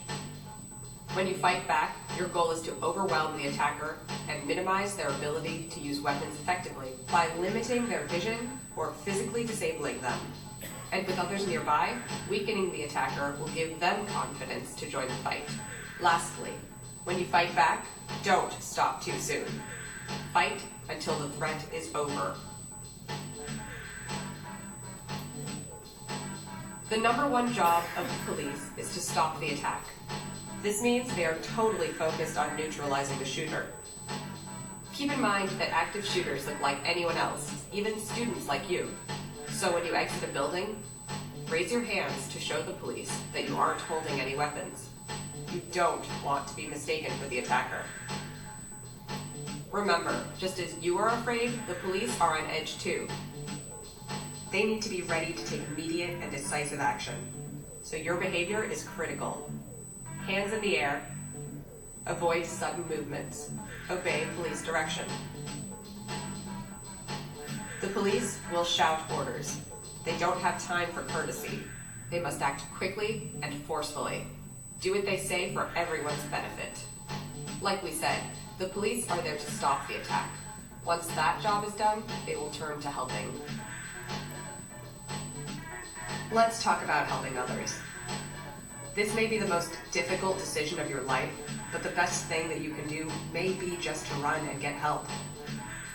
Remember, most active shooter incidents begin unexpectedly and end quickly. Help is on the way. If you can remember run, hide, fight, you have the most important knowledge needed to survive an active shooter attack. Familiarize yourself with your environment. Plan ahead. If you are prepared, you will be able to run, hide, and fight without hesitation and with confidence. Please share this video, not only with your fellow students, but with family and friends. The active shooter threat is not limited to your campus, or to any public place for that matter. This could be the most important video you ever share. Thank you for watching. Okay, I would like your team to talk a little bit about what you just saw, make a recommendation that I can take back to our security team. So I think the second thing is the other points that we were looking at. Shows like what to identify. It sounds like very close to it. You learn to it. They both find the options out.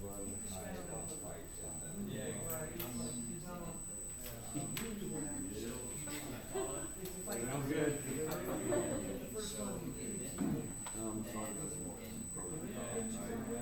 Both videos had it on my slide. For Pro in the first video, he had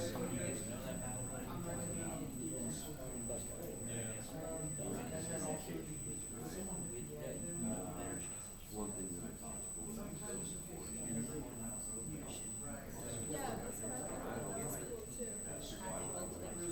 Yeah, I never thought that.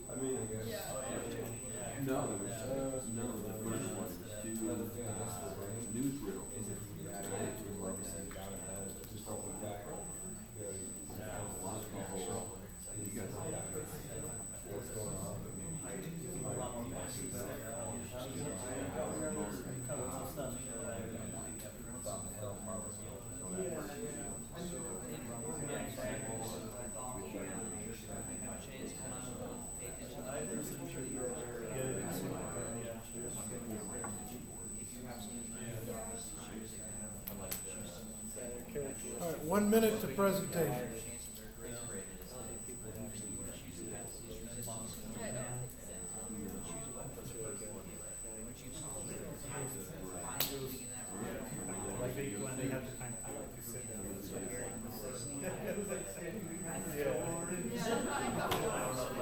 No, it's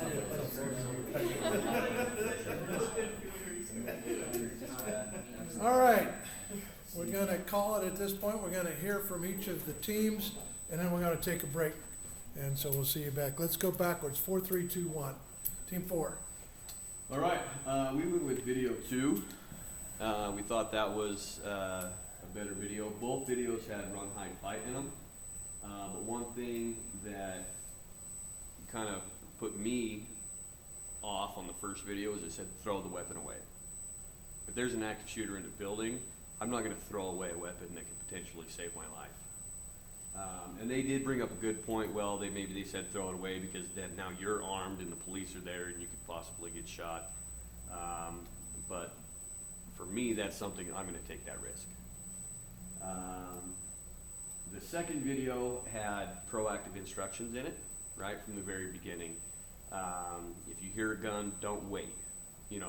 Move right away. Don't hesitate. They define the difference between cover and concealment. I think that was pretty important. And then last, the production quality of the videos, right? If I'm sitting in a class, the first one was very newsreel, right? Like something you would see on 60 Minutes or something. And when I think of college students, between 20 and 35, right? So the second one is going to capture my attention more than the first one is. That mix of drawing and sketching and all that. So presentation method was more to the target market. Correct. Target audience. Yeah. Okay. Team 3. Who's talking?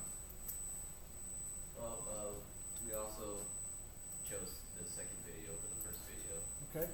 The concealment versus cover, that really caught my attention too. They didn't talk about that at all in the first video. A brick wall versus like this, not gonna stop a bullet. So like true cover is gonna be, hopefully hiding in a place where bullets aren't gonna go through. Yeah. Better hiding spot. And a lot of the points he made, I agree with, and were things that we also talked about. Like the production quality was more easily digestible. The video was. Okay. A lot of the points they made were easier to understand. And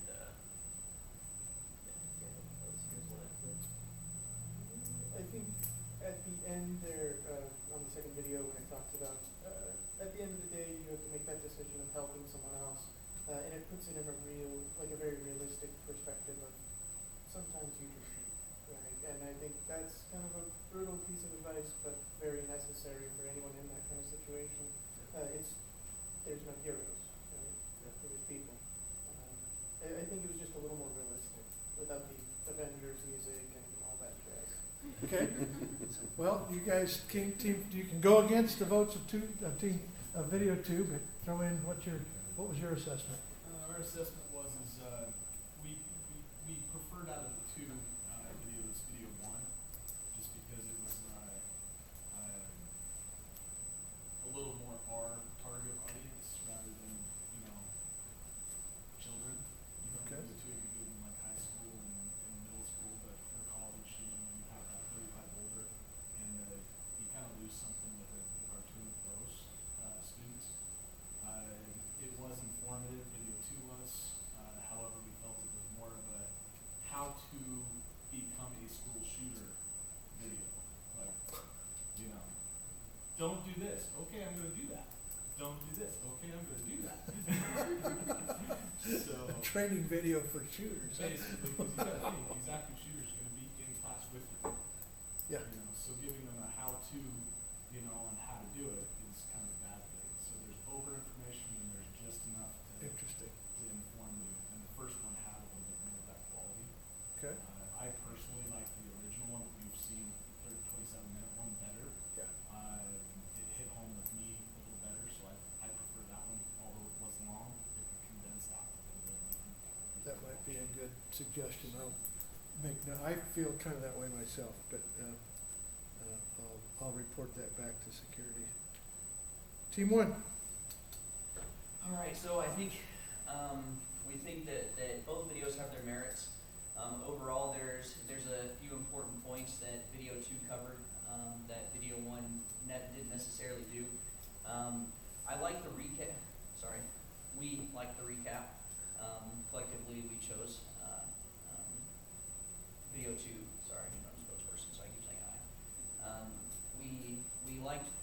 in the end, the recap, it explained that you should get to safety before you dial 911. You know, it kind of takes you back to the very beginning, you know, with the summary. Also, cover and concealment is really important to know. One important thing that I personally thought of that I want to share in both videos are hiding behind doors.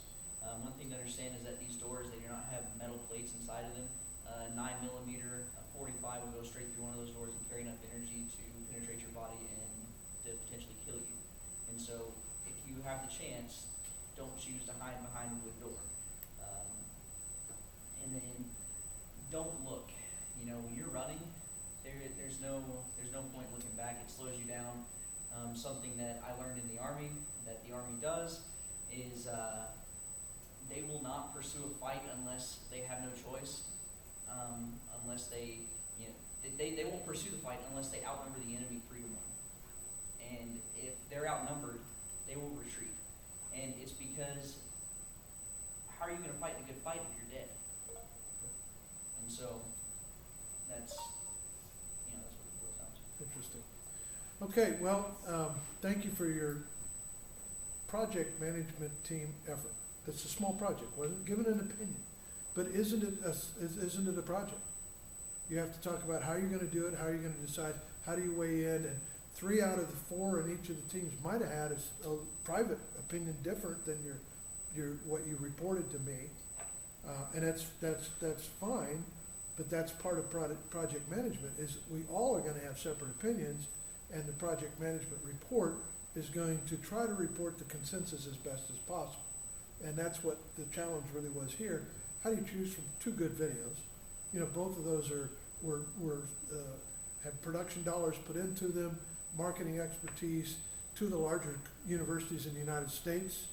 This is their product. It's not bad, but you each brought up some very interesting points that say could even do better potentially. There were some things that were interesting, and from a training point of view now, no project management, just from me to you. The second video did end with the concept, our emergency that we hopefully never face in our life may not be at school. It may be somewhere else. We might be sitting at a traffic stop. I was sitting at a traffic light in Detroit when gunfire between police and bad guys happened right across the hood of my car. And I was not even, it was the middle of the day, I wasn't paying attention. I was sitting at a stoplight, probably listening to music, probably thinking about where I was going and what I was doing. I was on business, and I didn't see the guy next to me. Had I looked at him, checked him out, he was a thug, really obvious a thug. And the cops knew that too, and pulled up perpendicular to me, got out of the car, and the guy in the car next to me shot at him. And it's right across my car. And so how do we get ourselves into situations like that? You know, I could have handled that a whole bunch of different ways, but the point is, it was in Detroit, right? You know where you're at. Hey, dude, go home. But being aware of what's going on and teaching the people we love to do that same thing. So that you go into, you know, the movie theater. Who thought a movie theater in Aurora, Colorado would get shot up? I think Utah gun laws are a little differently. I pretty much think if somebody stood at the front of a Pineview theater here and opened fire, I'm pretty sure somebody in the crowd would shoot back. And maybe a bunch of people in the crowd would shoot back. And I think that's a message that's maybe part of why it hasn't happened here. It happened in Colorado where the gun laws are very, very tight. And I'm not weighing in on a position on that. That's up to your own research. But it is up to you. I am weighing in and asking you to think it through here, be aware, think it through for your family. Teach them, run, hide, fight. Maybe you've got different words for that. But first, get out of town if you can, hiding behind cover, not, you know, the front end of the car, the back end of the car are 2 different levels of cover depending on where the engine's at. And so hiding behind a car, you think through which end of this car is going to block a bullet if I'm shot at. And so I hate to say that in America we have to have this conversation. We shouldn't, but we do. And at home we need to teach it to the people we care about most. Time for break. Take a break. We'll see you back in 10 minutes. got 7 or 8 books that we'll be teaching from in this class, 1 or 2 that you already know about. Others you can look at here if you're interested. Harvard Business Review Project Management Handbook is one that I'll be telling a few stories out of.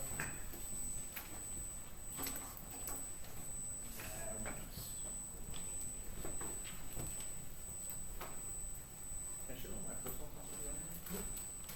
So, oh, and I'll touch on the videos. You were saying that Dixie Tech.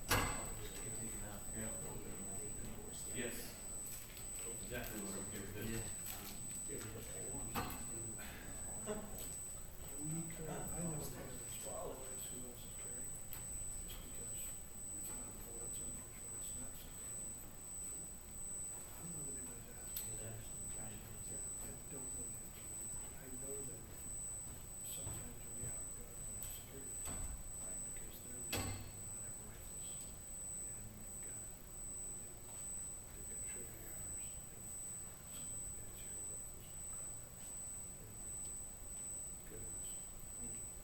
Honestly, maybe that might be a good research opportunity, for somebody researches, see who has it and still carry from it, which of the students do. That's public information.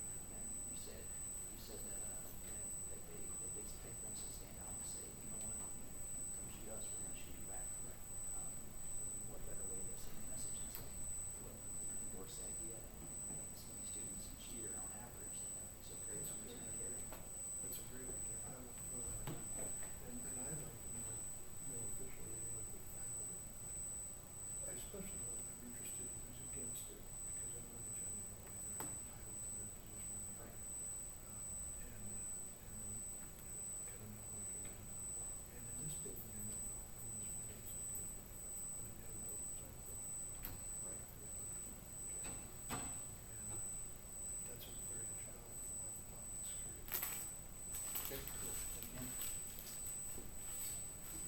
Also, my last comment could have been a little, could have come across disrespectful when I said, how are you gonna fight a good fight when you're dead? I didn't mean any disrespect to the soldiers, I wasn't. It's a So, viable statement though. it's true. Yeah. You wanted to give us security Yeah. about something. Steve, I'm sorry? you wanted to give us security about something. Have a look into a thing called the triangle of victimization. So, MMA fighters are in self-defense people are teaching that to sexual assault victims, and then they're also starting to put it into self-defense programs. And it basically breaks down to it takes 3 individual things to create a victim. So it takes opportunity, attacker, and assailant. So if you're being aware of your surroundings, your environment, you take away the opportunity. If you are triangle of victimization.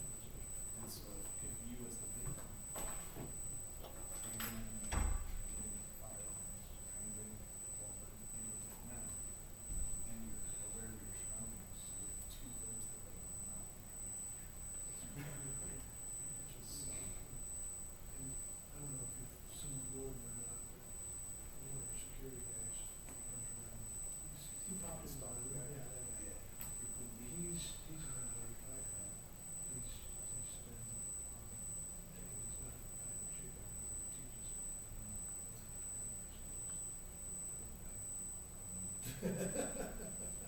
He says, I'm not a chick. these are mine, he didn't matter. It's not that big. It wasn't taking it off. But the big coach, they get a brain. One thing I do with my, when I go out, and stuff like that, is I use some, yeah. I don't care about, so when I go out, I don't care. It's just,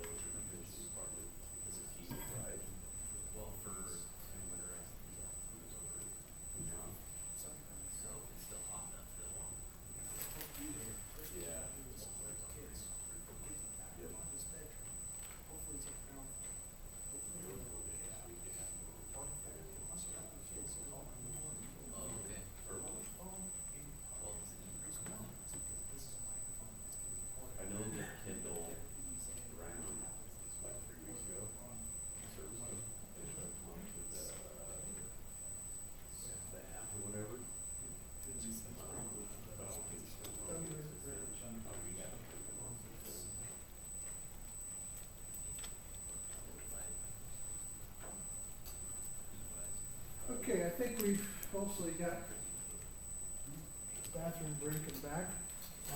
We're going to start talking about the PMBOK guide, this book, which is the textbook. I've mentioned to you that it is posted up. The PDF version of this book is on Canvas, which is almost ready to go. You will be able to sign in to Canvas, and I'll get everybody to sign in on Canvas next week. This book I want to talk about, this book is actually 2 books in one. And so when you buy the book that seems to have 2 titles, one is the Standard for Project Management. It's the first part of the book. That's the cover. And the first part of the book is the Standard for Project Management. The second part of the book is the Guide to the Project Managed Body of Knowledge. So it's 2 books that are published in one volume. And so when you buy that volume, you're buying both of the books. And it's, like I said, it's available in PDF online. We'll talk a little bit about some of the things on project management just to get started tonight. And I want to talk about Agile with a couple of videos before we go.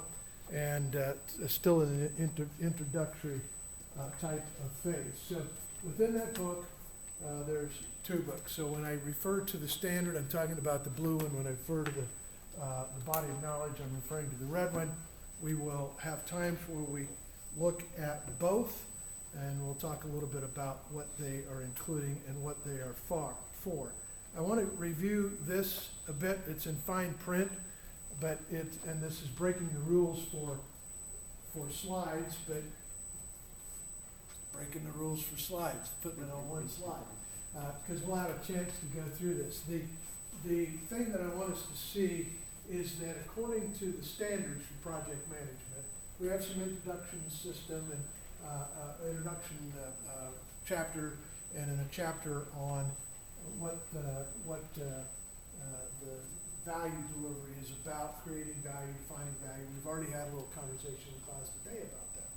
Then chapter 3 talks about project management principles. And these are the 12 principles that we are going to spend a little bit of time talking about each one of them in this class. Those of you that are interested in getting your PMI certificate or sitting for the national exam will learn a little bit about each one of those. The rest of us are wondering the question, how much does project management fit into my job as a supervisor, as a senior manager, as an owner of a company? And so when we go through these 12, I think that you'll understand a little bit that it's not just about project management. It's about being a boss. It's about being a owner or a senior manager. But I want to read all 12 of these just to hear them out loud for you to think a little bit. So position yourself, if you would, so you can see one of the 4 screens in the room. And we're going to start at 3.1 and start in the back corner there. Have each of you read one of them till we get all 12 of them read out loud. We'll start there. Be diligent, respectful, and caring. So this is an idea of stewardship. Most business classes don't talk about stewardship at all. It's the very first element in project management is our obligation of stewardship. And so that's a conversation. You may never been in a class before where anybody used that word. You might think of it as a church word even, right? Stewardship, the idea of stewardship, or environmental, being stewards of the land that we have. This is stewardship as it relates to the project team and the stakeholders that we have. We will sort that out. Number 2. Create a collaborative project team environment. That doesn't just happen. That takes skills. There's quite a few operative words in that, but how do we create? That means we're making it where it doesn't exist. In an environment where it may not exist. We are creating a collaborative project team environment. Project team is a entity, a being of itself.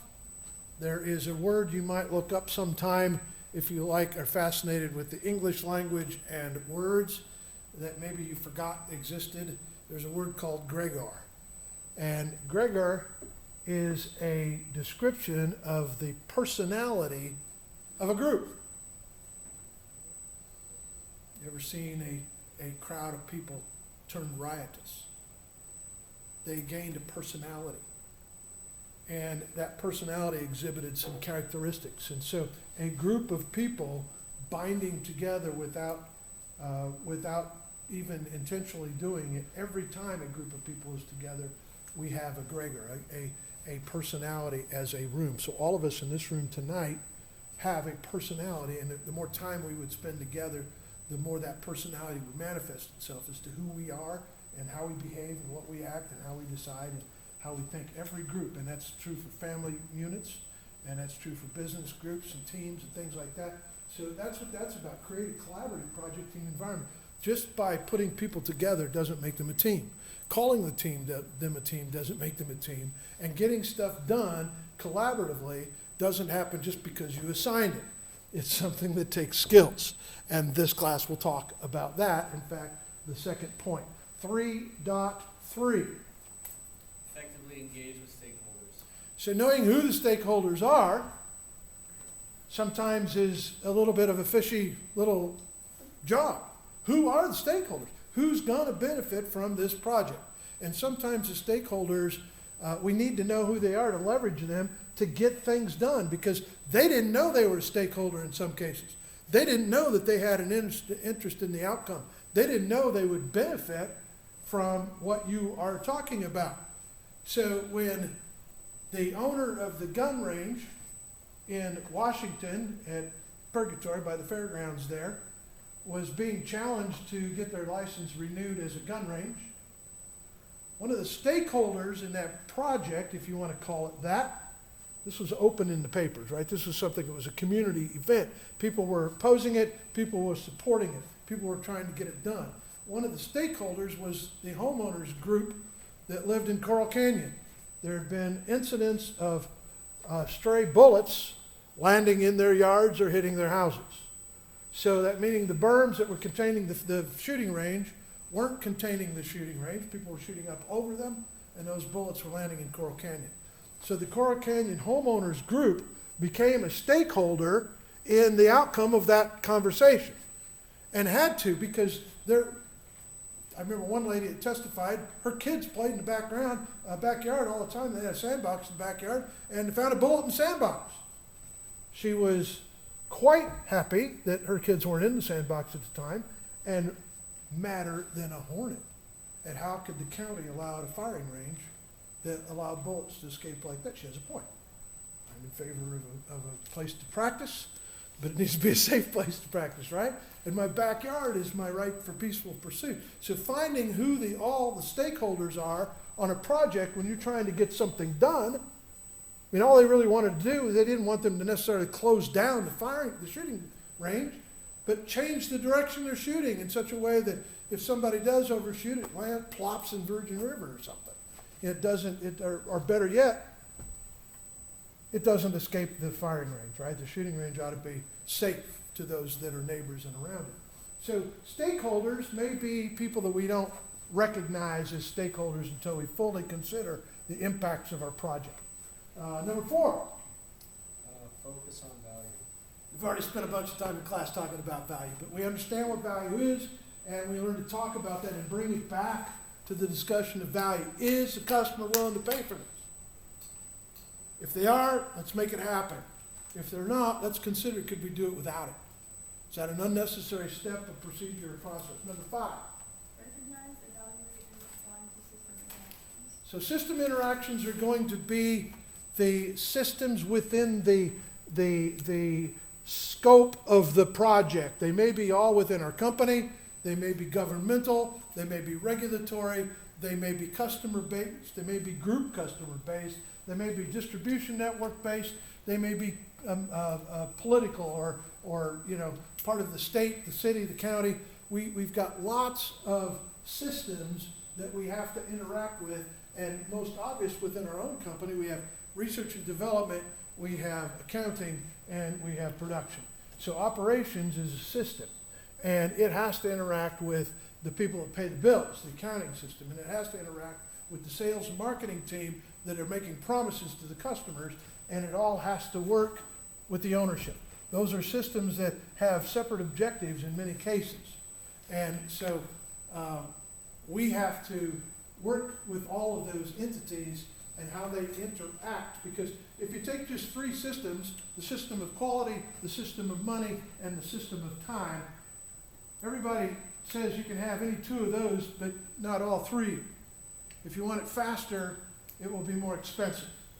If you want it, you know, so those three elements, those three systems interplay, and if you want to up the quality, you're gonna up the cost. And you may also lengthen the time it takes to get it because we've got to polish it or something like that. And so the system interaction, usually it's a teeter-totter. If one goes up, the other goes down. If one goes down, the other goes up. And so what everybody wants it is fast, perfect, and free, right? That's what we want. We don't want the systems to interplay at all. Just give it to me now and don't charge me for it. And we kind of get used to that in our world of that we're in right now. And Amazon has helped us get stuff down, right? We don't have to order from Alibaba and get it in 2 months. We can get it now. And they like to do that. I don't know where this went. What happened? Okay, we are on number 6. Demonstrate leadership behaviors. All right, we have a whole module in this, in strategic management on leadership. We're going to talk a little bit more about leadership in project management. You cannot manage a project without leadership skills. In fact, if I were to say what is the one most important thing you have, that's it. It's leadership skills. And life keeps coming back to that. If you're going to be a dad, you got to be a leader. If you're going to be a mom, you got to be a leader. If you're going to be an owner of a company, you got to be a leader. There's very few places in this world that you don't need leadership skills. And we can lead, by the way, just reminding everybody, we can lead from the front of the room, where we're the conductor of our little orchestra and we're leading from that position. We can also lead from the back of the room, where we're not noticed, where people don't even realize that we're the leader. We're making it all happen. And we can be a leader from that end as well.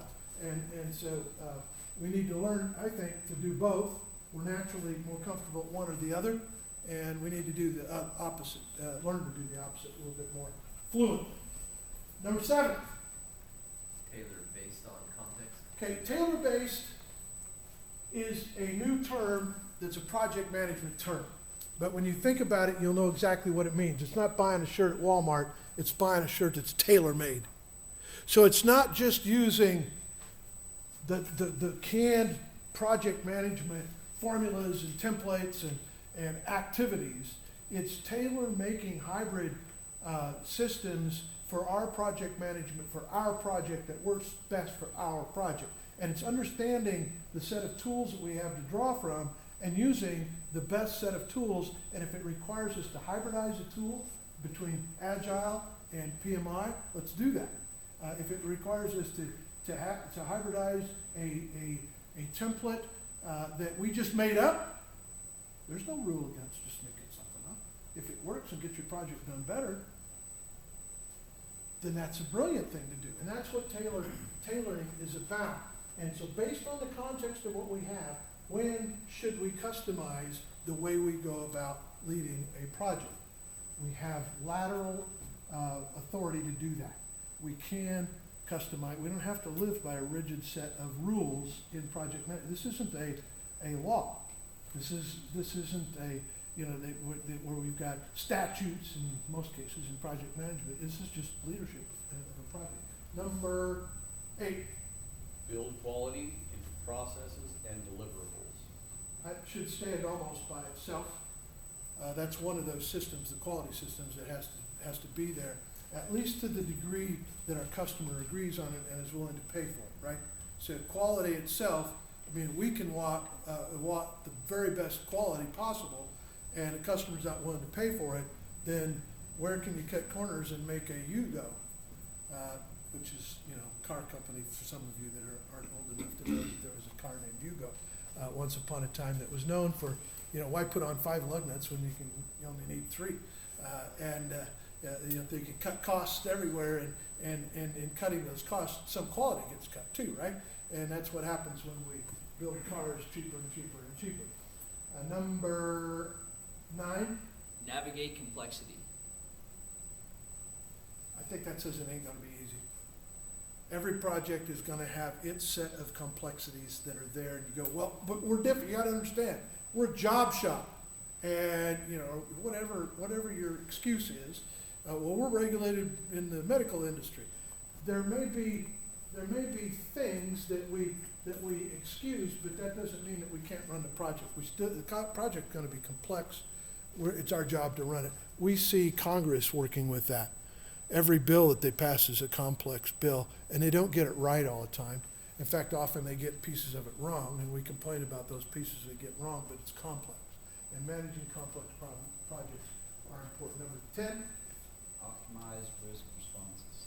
so that's just being aware of where it could go wrong. You had a chance last class to buy insurance, right? And some of you did and some of you didn't. The ones that bought insurance didn't have to make a 70 centimeter tower. You got by with a 60 centimeter tower. So risk management is something more and more is a important part of projects, because what if the bridge falls down that you just built? You know, that's not okay. Or what if your product fails and it kills a consumer? Number 11, Embrace adaptability and resiliency. I think that's a throwback to the tailored conversation we had as well. Encouraging us to think outside the box as a team and as a project management group.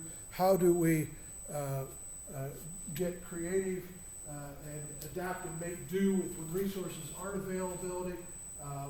Bucket up when COVID takes your production team out and you've got customers that still expect delivery of product. How do you manage the project under those terms? And some of you had to do exactly that already. Had to do exactly that. So you understand what that means in product management. Number 12. Enable change to achieve the envisioned future state. So managing change management, there's a lot of reasons that people don't go with the change. You invent changes, and you have supportive reasons for the changes, and there are a lot of reasons that people don't want to change. And sometimes it's because they don't understand what the change is, which is our bad. That's on us. Sometimes it's because they hate my guts, and anything I propose they'll resist because it came from me. And if it's that kind of change that we're trying to do, we have to pull my personality out of it. The fact that people might dislike me, because we need to get the change done. We've agreed on what we're doing and how we're doing it, so I may need to step aside. If I'm a personality that people are objecting to, it's not about whether I get my way. It's whether the team gets the answer, the team and the project gets done on time, on budget, and the quality that's expected, right? That's what matters. And so if I need to step aside to manage change, we'll talk about managing change and how to do it. But what happens is we all hate change. You know, we all want change, but we hate it. When you get, I want you to change, but I don't want to change, you know. I like it the way I've been doing it. That's the way I learn, and it's working, and why, don't rock the boat kind of thing. And yet, to get where we're going to go, we can't keep doing what we've been doing. We got to change. We've got to make things happen a little bit differently. I apologize for that. I maybe need to change clickers. I need to be less animated, perhaps. So that's on the standards side. On the body of knowledge side, we've got project performance domains that they talk about. There's 8 of them. 8 project performance domains. Let's read those quicker than we read the last one. Wherever we left off, read number 1, please, on the domains, 2.1. Where we at? Oh, is it me? Yeah. Stakeholder performance domain. Okay, so that's about stakeholders. We already talked about that a bit. Number 2, Team performance domain. teams, making teams happen. Number 3, Development approach and life cycle performance domain. we haven't talked about that. Product life cycle. How do we develop what we're going to do in our project? We haven't talked about that yet. And if you own the company, you better get this one nailed down. This is something that makes or breaks, because if we start out on the wrong track, guess where we get? We wind up at the wrong destination, or not where we're headed for anyway. So understanding life cycle of the project, understanding life cycle of the product, and even understanding life cycle of the company is part of what's included in this domain. And we will talk about that domain. Number 4. Planning performance domain. So how well do we plan? Are we dysfunctional in our planning? I can tell you at my house, I teach the topic. At my house, I am, if I'm not careful, dysfunctional in planning. I have to discipline myself to be as good as I know I could be, or it doesn't happen.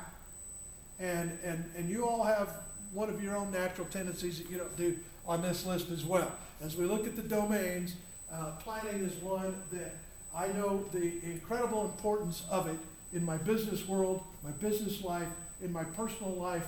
I have to consciously step it up in order to do a good job of planning. And so you may have something like that you look at as we go through these domains as well. Domain number 5. Project work performance domain. Okay, this one is the one where we draw the Gantt charts. We draw the effects charts. We look at the flow of the project. And if you've thought of project management, if you look up Microsoft Project as a software package, that's what it does. It does the domain of the project work in 2.5. So we'll look at that software. It's an expensive software to own. There's a bunch of freeware and collaborativeware that mimic pieces, or some say all of Microsoft Project. I'm not going to go there. I'm not going to ask you to buy any software, but we will look at the software that is out there to help us manage the work itself of our project. And it's cool stuff. It gives us cool things for the team to look at, but it's only a tiny piece of what project management is about. It's the soft skills, really, that make up project management. So even if you're not going to work as a project manager, we all need all of these skills in the rest of the stuff that we're doing. Number 6. Delivery performance. Okay, what's my track record of coming in on time? Am I constantly late? If what I say always comes in a day, a week short, pretty soon I lose credibility in my market or in my company. And that gets reflected in our effectiveness as a company. Number 7. Measurement performance domain. How well do we measure what we say we are going to do? And that's when we look at Lean Six Sigma Green Belts, measurement system analysis is an important part of a green belt or a black belt in Lean Six Sigma. If we have error in the measurement system, we have a problem. Yeah. Maybe just put this down and find a thing and poke on it later. I keep looking for the laser pointer on it, and it doesn't have one. So measurement, how well do we measure? How accurately do we measure? How often do we measure? Do we not measure at all? You know, there's schools of thought on how we ought to do that, so we'll talk about those schools of thought. Should I weigh myself every morning or once a week? Depends on which club I belong to, right? On how often I ought to do that. We were talking about our security guy, Gordon. She said, just weigh yourself before a fight. That's all. That's the only way to measure that matters. So for me, that's not very often. What is number 8? Uncertainty performance domain. So how do we manage the unknowns? How do we account for what they might be? How do we prepare ourselves for the ones that are most likely to potentially happen? And that's so in a nutshell, that's what between now and Christmas we're going to talk about. So those that wanted to know the topics we'll talk about this. Somebody said, is this the same as the leadership course that we've had? No, it's not the same as the leadership course, but we're going to talk about leadership a lot because it's about leadership.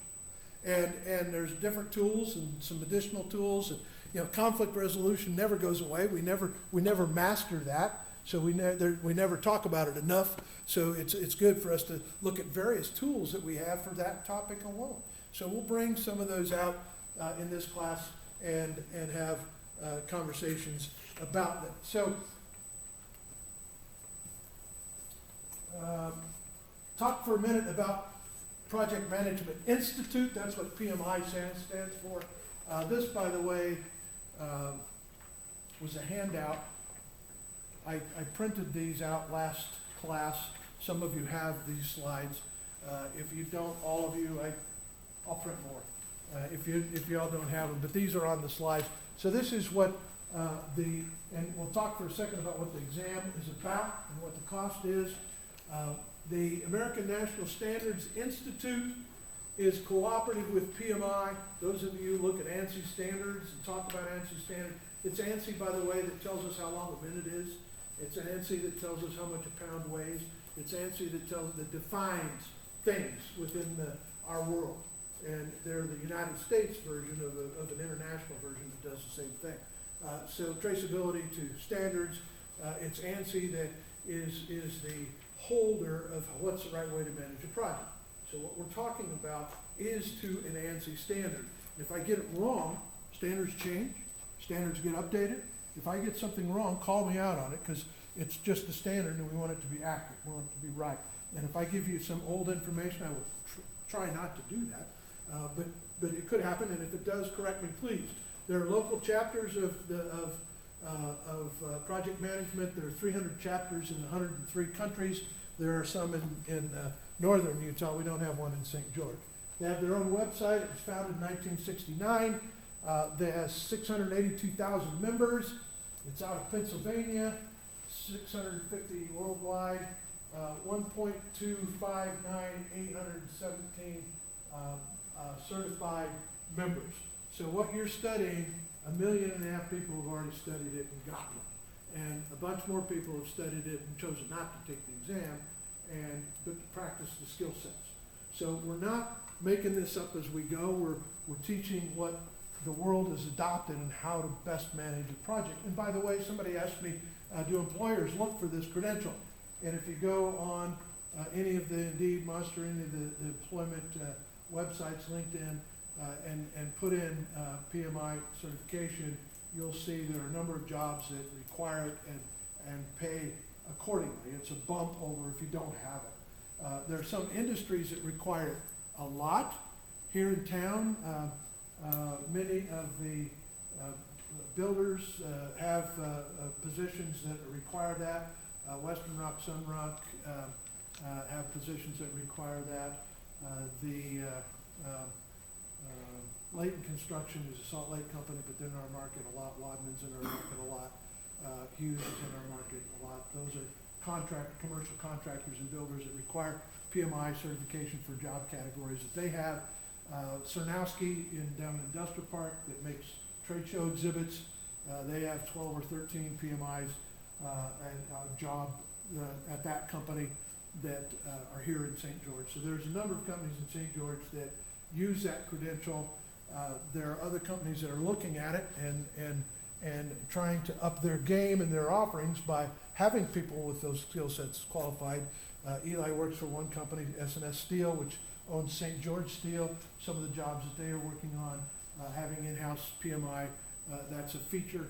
That's something that sets them apart from some of their competitors. So the answer to that is, if you're interested in that, it's yes. But if that's not what you're doing as an engineer, you're managing an operation, you're working on projects all the time, and the skill sets that you have there will benefit you. So whether you get this test or not and get one of these is up to you. Having the skill sets is of value. Now, they have different certificates, a bunch of different initials that you can put behind your name, and to qualify for those, these are them. You have to have work experience, and somebody in their marketing team ought to say, this slide is not readable. But anyway, the one that we are going for, most of the people that would be in this room, 0 to 3 years experience with the title of project manager. That's most of us in the room. That's the CAPM certification that we would qualify for. You could qualify for the discipline Agile Scrum Master. One of the assignments you will have is to be the Scrum Master on a project. And right now you don't know what that means, but in a while I'll explain to you what that means, and you have a chance to say that you've been a Scrum Master on a real project, because it will be real in this class, and you'll have that credential. Additionally, you all are taking a college course teaching these concepts, and I will write you an affidavit to that if you are applying to take the exam. You can't just say you're going to take the exam. You have to send them a request with your qualifications as to what you want to do, which exam you want to take, and they will tell you whether they will allow you to take the exam or not. So they will review your credentials when you go to apply for it. I will be happy to give you one of the credentials you need that says that you have participated in a course that meets the qualifications of the certificate that you're going for. If you have 8 years experience, you can go for one of those two as project manager. If you're somewhere in between, that chart will tell you what you can do. The guide that we are studying is updated every 4 years by the International Committee that says, is this still the current way to work on projects? And we are looking at the 7th edition of the PMBOK. It started in 1996. Every 4 years they have updated it. 2000, 2004, 2008, 2013, 2017, 2021, those don't all add up to 4s, do they? But they're close enough, and that's what they say their intention is to do, is to update it. And the difference between the 6th and the 7th edition is substantial. And they've modernized their approach quite a bit between the 6th and the 7th. I have the 6th edition. I have the 5th edition right here. I've taught from that. I guess I didn't bring the 6th edition, but I have it. And the differences are enough that I'll point some of them out, because there still will be a few test questions that come out of the 6th edition. Almost all of them are driven off of the 7th edition at this point in time. The test, if you take it,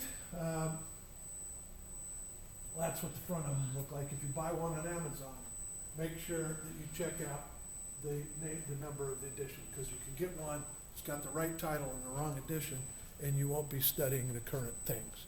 So it's got enough that you need the current one, which you have for free on the PDF version if you are so inclined. That's the difference between the 6th and the 7th on the left of the slide to the right of the slide. What I wanted to cover was, a lot of people hire him, all that stuff.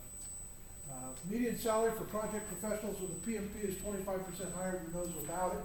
That's their claim. I can't back that claim up, but I would believe their claim. We've got a lot of folks that go into data pushing their scenarios. So that was kind of your answer there. Here's the application process. Here's the money it costs. It costs, if you're a member, it costs $405 to take the test. If you're not a member, it costs $555.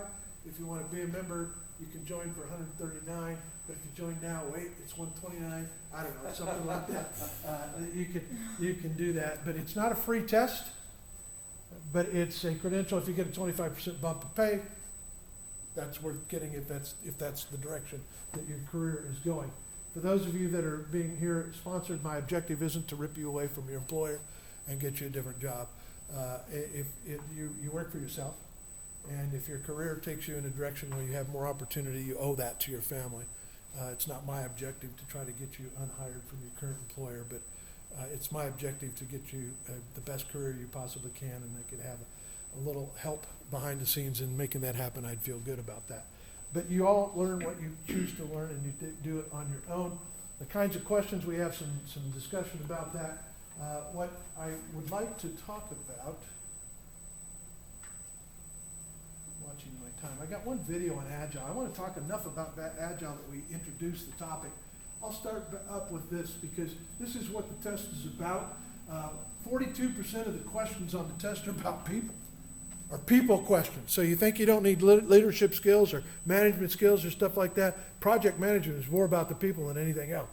And so that's a list, and we'll talk about that. It includes things like, how you negotiate the project agreements, and establish ground rules and solve conflict and all those kinds of soft skills that are on, the questions are related to that.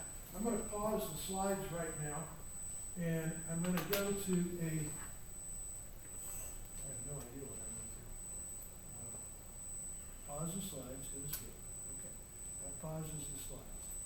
I want us to look at Agile for a minute because we are introducing Agile at the same time.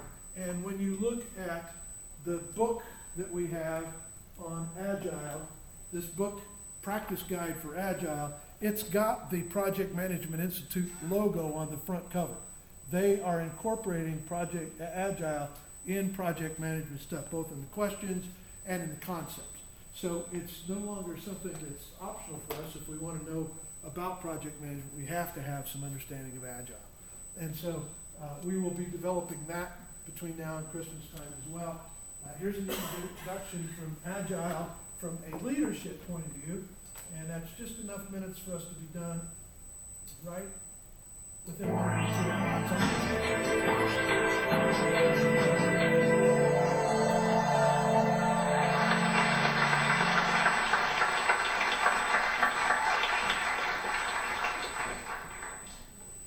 How many of you grew up knowing exactly what you wanted to do?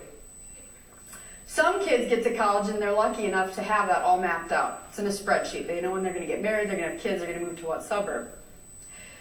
We call them accountants. For the rest of us, it's just not that clear. The world that we live in tells us that we have to play it safe, right? We need a master plan. What are you going to do in 1 year, 3 years, 5 years? Our corporate ecosystem still operates on this antiquated platform of predict accurately and plan accordingly. But because of technology, the pace of business has accelerated, and now you can't be an expert for very long. We place a premium on education, designations, and being able to prove that you've done it before we give you an opportunity, right? How many times have you heard, well, we hire for potential, but I'd like to see the portfolio of all the examples where you've done exactly what we're looking to hire you for? My experience has been quite the opposite.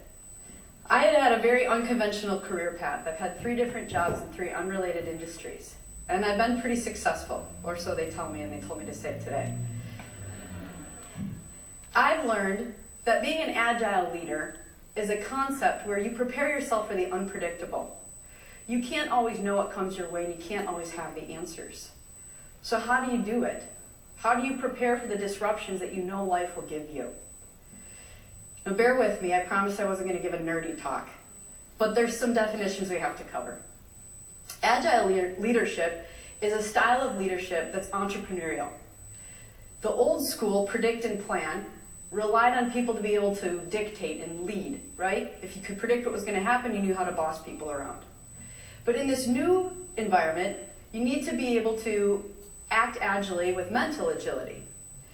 So, I've learned that you need 3 things, 3 components in agile leadership. 1, you need an iterative process. 2, you need to build a tribe of resources. And 3, you need to get uncomfortable daily. Push yourself outside your comfort zone. So what is an iterative process? Besides being really fun to say, I've learned that an iterative process for me has 6 components, and then we're done with the math. 1, in any environment, in any business, in any industry, create a problem statement.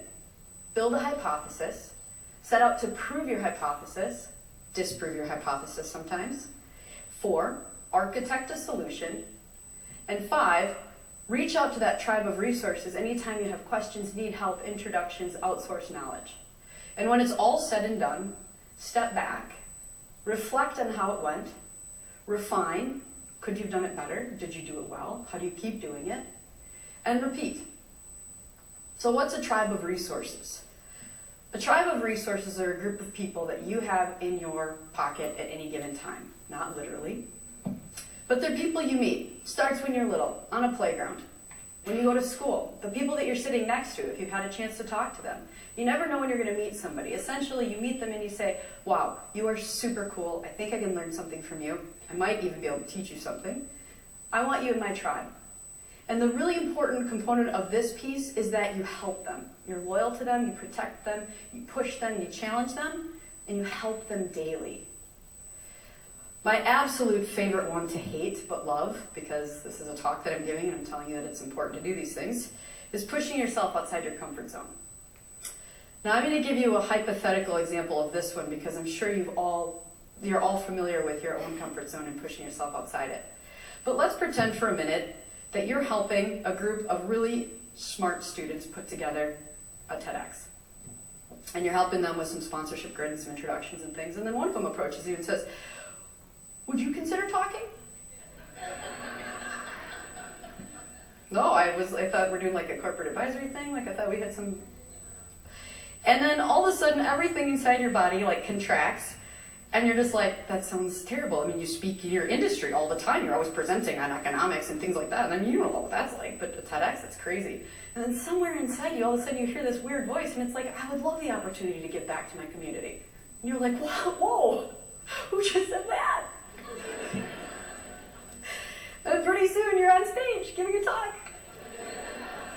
But that's okay, because as terrified as you are, you go back to your process and you ask your tribe, and they're all like, yeah, you should totally do it. And like, I can't believe they're in my tribe. And then you're doing a talk. But the bottom line is you stand in front of individuals every day, right? Leadership is about leading within yourself. And so, you know, you have a process, you have your tribe, you push yourself outside your boundaries, but does it really work? Like, what's the point? I have learned that if you have all of these things, if you do these things, if you're intentional about your approach, what you approach becomes far less important than how you approach it, because that's the key. If you're confident in how you'll approach something, even though you don't know the answers, you've never done it before, that doesn't matter whether or not you've done it before, right? Unless you're looking for a cardiac surgeon. There are some exceptions to this process. So the nerdy part's over. Thanks for bearing with me, and I appreciate the laughs. The next part is my personal story, right? So in theory, it sounds great. In execution, is it possible? My story starts when I was 4. I used to play adult all of the time. It's a very strange child, few friends. And I read like crazy, and I fell in love with this idea of being an attorney. I would line my dolls up in the courtroom, and I was constantly, winning everything, I think. And pretty soon, that wasn't enough, and so then I made partner in my mind by 30, because I thought at 26 years is possible. And that wasn't enough, so then I thought politics, because I was experiencing that with my parents and discipline, so I thought I had what it took. Pretty soon, I was every day just imagining that I was changing the world. And my dolls were never, ever, ever bored. They were never bored. My sister, she hated playing with me, but my dolls, they were voters, so it really counted. So fast forward, right? 4 years old, you've got a plan. Adults would ask me all the time, like, what do you want to be? You want to be a ballerina? You want to be a princess? I'd be like, whoa. I don't think so. I feel better for these adults. Like, I have a very specific career plan. I want to be an attorney, I want to be a partner by 30, I want to be a 2-term governor, and then I'm going to end up in the Oval Office. And they would look at me, and mostly out of concern for my parents, and pat me on the head, which only fueled the fire for me, like my commitment to my plan. I knew what I was going to do. 5, 6, 7, 8, move forward. Senior year in college, when the inevitable disruption occurs, and for me it was a car accident. On March 28, 2004, I was involved in a car accident. I lost my entire left eyelid and my vision in my left eye, and a handful of other injuries that have become greater as the story goes on. I had no idea how long it would be for me to get back on my feet. The doctors didn't know how long it would take to reconstruct my eyelid, which was the point of most of the surgeries. And in order for me to stay on my mom's health insurance, I had to stay a full-time college student. As many of you imagine, being in school for longer than you have to without a point other than surgery, which an eyelid is important, so I suppose that's a different point, it is exhausting. So 3 years later, I finally was eligible to graduate. Well, I was eligible to graduate a while before, but I could finally graduate. And I was sitting there, I'm pretty sure I sprinted across the stage to get my fake diploma because they mail it. It was a very disappointing experience. And at the party, when I'm talking to everybody and I'm so excited, right? I finally have my diploma, I'm excited. Except I was exhausted. I didn't know what I wanted to do next. Law school wasn't even on my radar anymore because after 7 years of full-time work, full-time school, and then 3 of the last 7 years were full-time work, full-time school, full-time surgery, I didn't want to go to law school. If somebody gave me a homework assignment, I was going to throw the book at them. Like, I was done. So they asked me, what do you want to do? What do you want to be? And I thought, wow, I just really have no idea. Or my favorite, what are you going to do with your liberal arts degree? I'm like, oh, it's 2008. What do you think I should do? Everyone's hiring. So, it's an awesome time to graduate from college. So, I worked at a restaurant downtown, and I had access to all these really successful people. I used to call them the Milwaukee Business Journal people until I met a lot of them, and they're even more awesome now. And I thought to myself, I bet if I talked to these people, I could figure it out. And this was the birth of what I now call my own iterative process, or anybody can use it, right? So I created a problem statement. Number 1, I need a job. Number 2, if I interview all these really successful people that seem to have everything figured out, I might be able to find a job. 3, prove it. I had to actually go interview all these really successful people. And after asking them all sorts of questions, what do you do? How'd you get there? Do you like it? Would you recommend it? Would you recommend me for it? No? Yeah. 4, I architected a solution. I landed my very first job. I was a print agent assistant at Ford Models, an international modeling agency. And as a history sociology major, I was the perfect fit because I knew nothing about modeling. I was a jeans and t-shirt kid. I loved pizza. I didn't know about this, like all this fitness stuff they were talking about. And I thought, well, you know what? I'm going to be the best print agent assistant they've ever hired. And so I became a professional sponge. And I think I asked like 100 questions a day. And pretty quickly I learned that anything you can predict that can go wrong on a photo shoot will go wrong on a photo shoot. And this is where I came into this experience of agility and constantly having to be on your feet and thinking quickly. And I thought to myself, boy, this sounds a lot like serving. Corporate world isn't really much different than a restaurant. 1, you have to figure out what people want, i.e. read their minds. 2, you have to deliver it, and then you have to figure out when they want it, right? i.e. yesterday. And when things go wrong, you just fix it. No excuses, they don't care, just fix it. And never in that process is it ever about you. So I worked at the modeling agency for a couple of years and I loved it and I had a lot of fun. But then I made a very important discovery. I learned that you could get a paycheck that had a comma in it.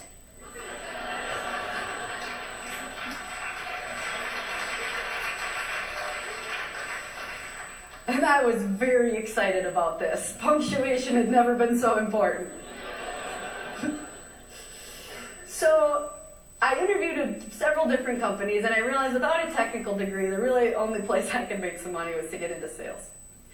So I interviewed with a information technology company, a management consulting firm. And they asked me a handful of questions, and I didn't have a business background. I obviously wasn't a programmer. I didn't have any experience in software. But I said, you know, I worked full-time going through all these surgeries. I didn't know anything about modeling. I increased revenue there during the middle of a credit crisis. I'll figure it out. So they took a chance on me and they hired me. Day 1, I'm super excited. Sitting in a conference room, in walks this guy. He's got a magic marker and a whiteboard. And I went through this very extensive full day of training to become an expert in this field. So he writes everything out. This is how software started, blah, blah, blah. And I'm like, oh, okay, got it. Ushers me to my cube. Now I have a phone, I have a laptop, and I have 600 companies to call, cold call, and a lofty sales goal. So a couple weeks go by and I'm calling people with this script and I have no idea what I'm talking about. Nobody's answering. Voicemails are even more awkward. I just had no idea what was going on. And then if a person did answer, they'd ask me a question. I was like, Google quickly. I don't know, we should get together in person and talk about this. It was awful. I felt so stupid and so clueless. And then pretty soon I thought to myself, why aren't you using your own process? Why don't you use the same tools that you used to get your first job, to become really good at your first job, and your second job. And then I called all my former clients from the modeling agency, and I said, you know, I really miss working with you because I knew what I was doing, and this new job, I don't really know what I'm doing. So would you mind introducing me to somebody in your IT department? Because I'd like to learn how technology drives your business function. I know how your business works, and I know how, you know, I understand the brand and stuff, so let's make that happen. And they did. And pretty soon, I could ditch all this cold calling nonsense, which is incredibly character building, but at very high cost. And I was getting meetings, and I was getting opportunities, and I learned the business. And soon I reapproached that 600 list full of companies, and I became the top salesperson within 2 years. I built the largest territory because I asked so many questions. I went back to my process. I realized that a tribe of resources weren't just friends to hang out with. This was a group that you could really cultivate and also help and give back. So I was excited. I had a comma in my paycheck, starting to think about maybe adding a comma, but that was years away. And I'm at the top of my game at 28 years old. Pretty soon I'm at a business event and I run into a woman. She works at an investment firm.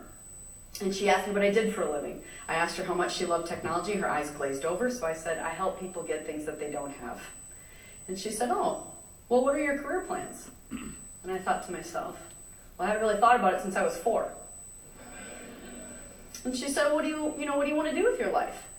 And I didn't know her very well, so I didn't mention the words world domination quite yet. But she got me thinking, and so she asked me to come over to her office and have a cup of coffee. So I went to her office. I've always been an opportunity enthusiast, and pretty soon it was clear that she was looking to hire a junior partner to her practice, to be her eventual successor out of a 10-year plus plan.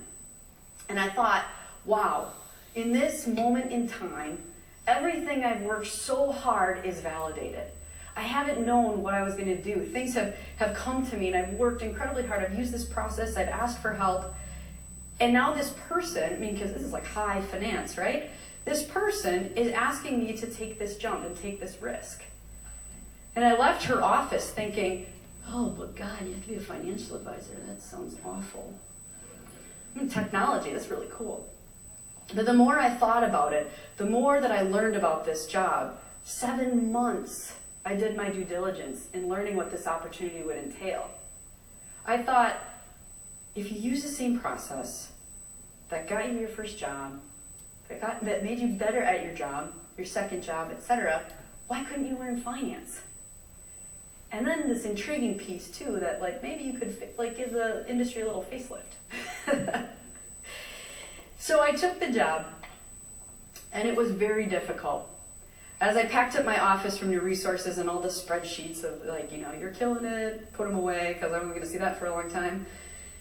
And I thought to myself, are you making the right decision? Are you really going to be able to do this? Before fear could run wild and the insecurities could control me, I built a transition plan. My problem statement was I didn't know a lot about investments. My due diligence or my build the hypothesis, interview everybody I could get my hands on. For the first 2 years, I conducted 3,000 discovery meetings. I met with subject matter experts, I met with individuals, asked them what they loved about their advisor, if they didn't like their relationship, did they need an advisor by chance? And pretty soon I started to fill in the blanks and build a framework, and I realized again that no matter what environment you work in, if you take the risk and you figure it out, all you need is your process, your tribe, and to push yourself outside your comfort zone. Because working at a very top elite firm with people that have Ivy League degrees like ornaments on a holiday tree, it's okay. You can always learn, right? So it's been 3 years since I've been at Baird, and I love it. It's an incredible opportunity. And I think to myself, what's next? Hopefully not another job for a very long time. I've had it with that. But why is it relevant? Why does it matter to have a process to use your people, right? Because agile leadership is this concept where you lead from within. You get to know yourself, you get confident, you're fearless. You take care of people in your life, your tribe, and you protect and you help each other. And if you push yourself outside your comfort zone, you're always prepared for whatever comes your way. And the next thing that comes your way, I'm a little bit afraid because this is intimidating in itself, so I don't know what's next. But you'll be able to handle it. Our community requires more of this type of leadership. Our business requires more of this type of leadership. When you leave today, think to yourself, what are the things that you are most afraid of? What have you not done? Because I guarantee you, everything you've done to this point has prepared you for this. So challenge yourself. And remember, the nerdy parts, the iterative process, the glue, the tribe of resources, and to get outside your comfort zone. Thank you.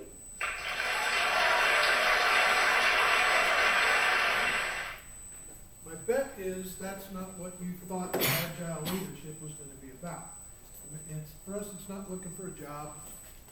It's understanding iterative processes, understanding the tribe. We'll use those words in agile leadership. And we all have them, and we heard her story. So we'll learn more about that in the classes to come. I have the first project assignment. I want you to start thinking about it. It's important to our class from the school point of view. Every year, Dixie Tech has a pumpkin carving contest. We're going to do one. You're going to have teams of 2 or 3. A week from Tuesday, the 18th, we will have pumpkins in the classroom. And we're going to, your team's going to carve a pumpkin. It's your project. You're going to decide who's on your team. We'll talk a little bit about that next class. I'll try to bring some pictures of winning pumpkins in previous years here from different departments at Dixie Tech.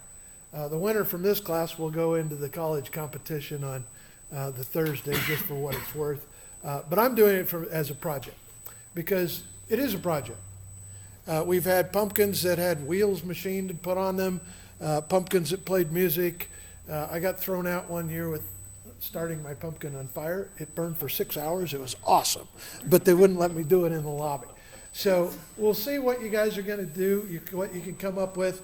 You can start Googling cool pumpkin things and be thinking what you might need in the way of tools and resources to gather together and do that. I don't want anybody spending a bunch of money on anything, but I am open to dumpster diving as much as you want to come up with props and things that could go on or with or in your pumpkin. And this is about creativity, but it's really about project management. So once we define your team then will have design discussions like we did for building the paper tower, correct? And you will track what you're going to do. We have a time frame on it. It will be done at the end of class on Tuesday the 18th. And you can be thinking about it from there. We'll talk more about it next class. It's the weekend as far as we're concerned. Thank you much for being here, and we'll see you next Tuesday. Have a great weekend. What? Go Broncos if they're not. I don't know where that's at. Anybody know where the game's at? Nope, nobody knows. Thanks. You bet.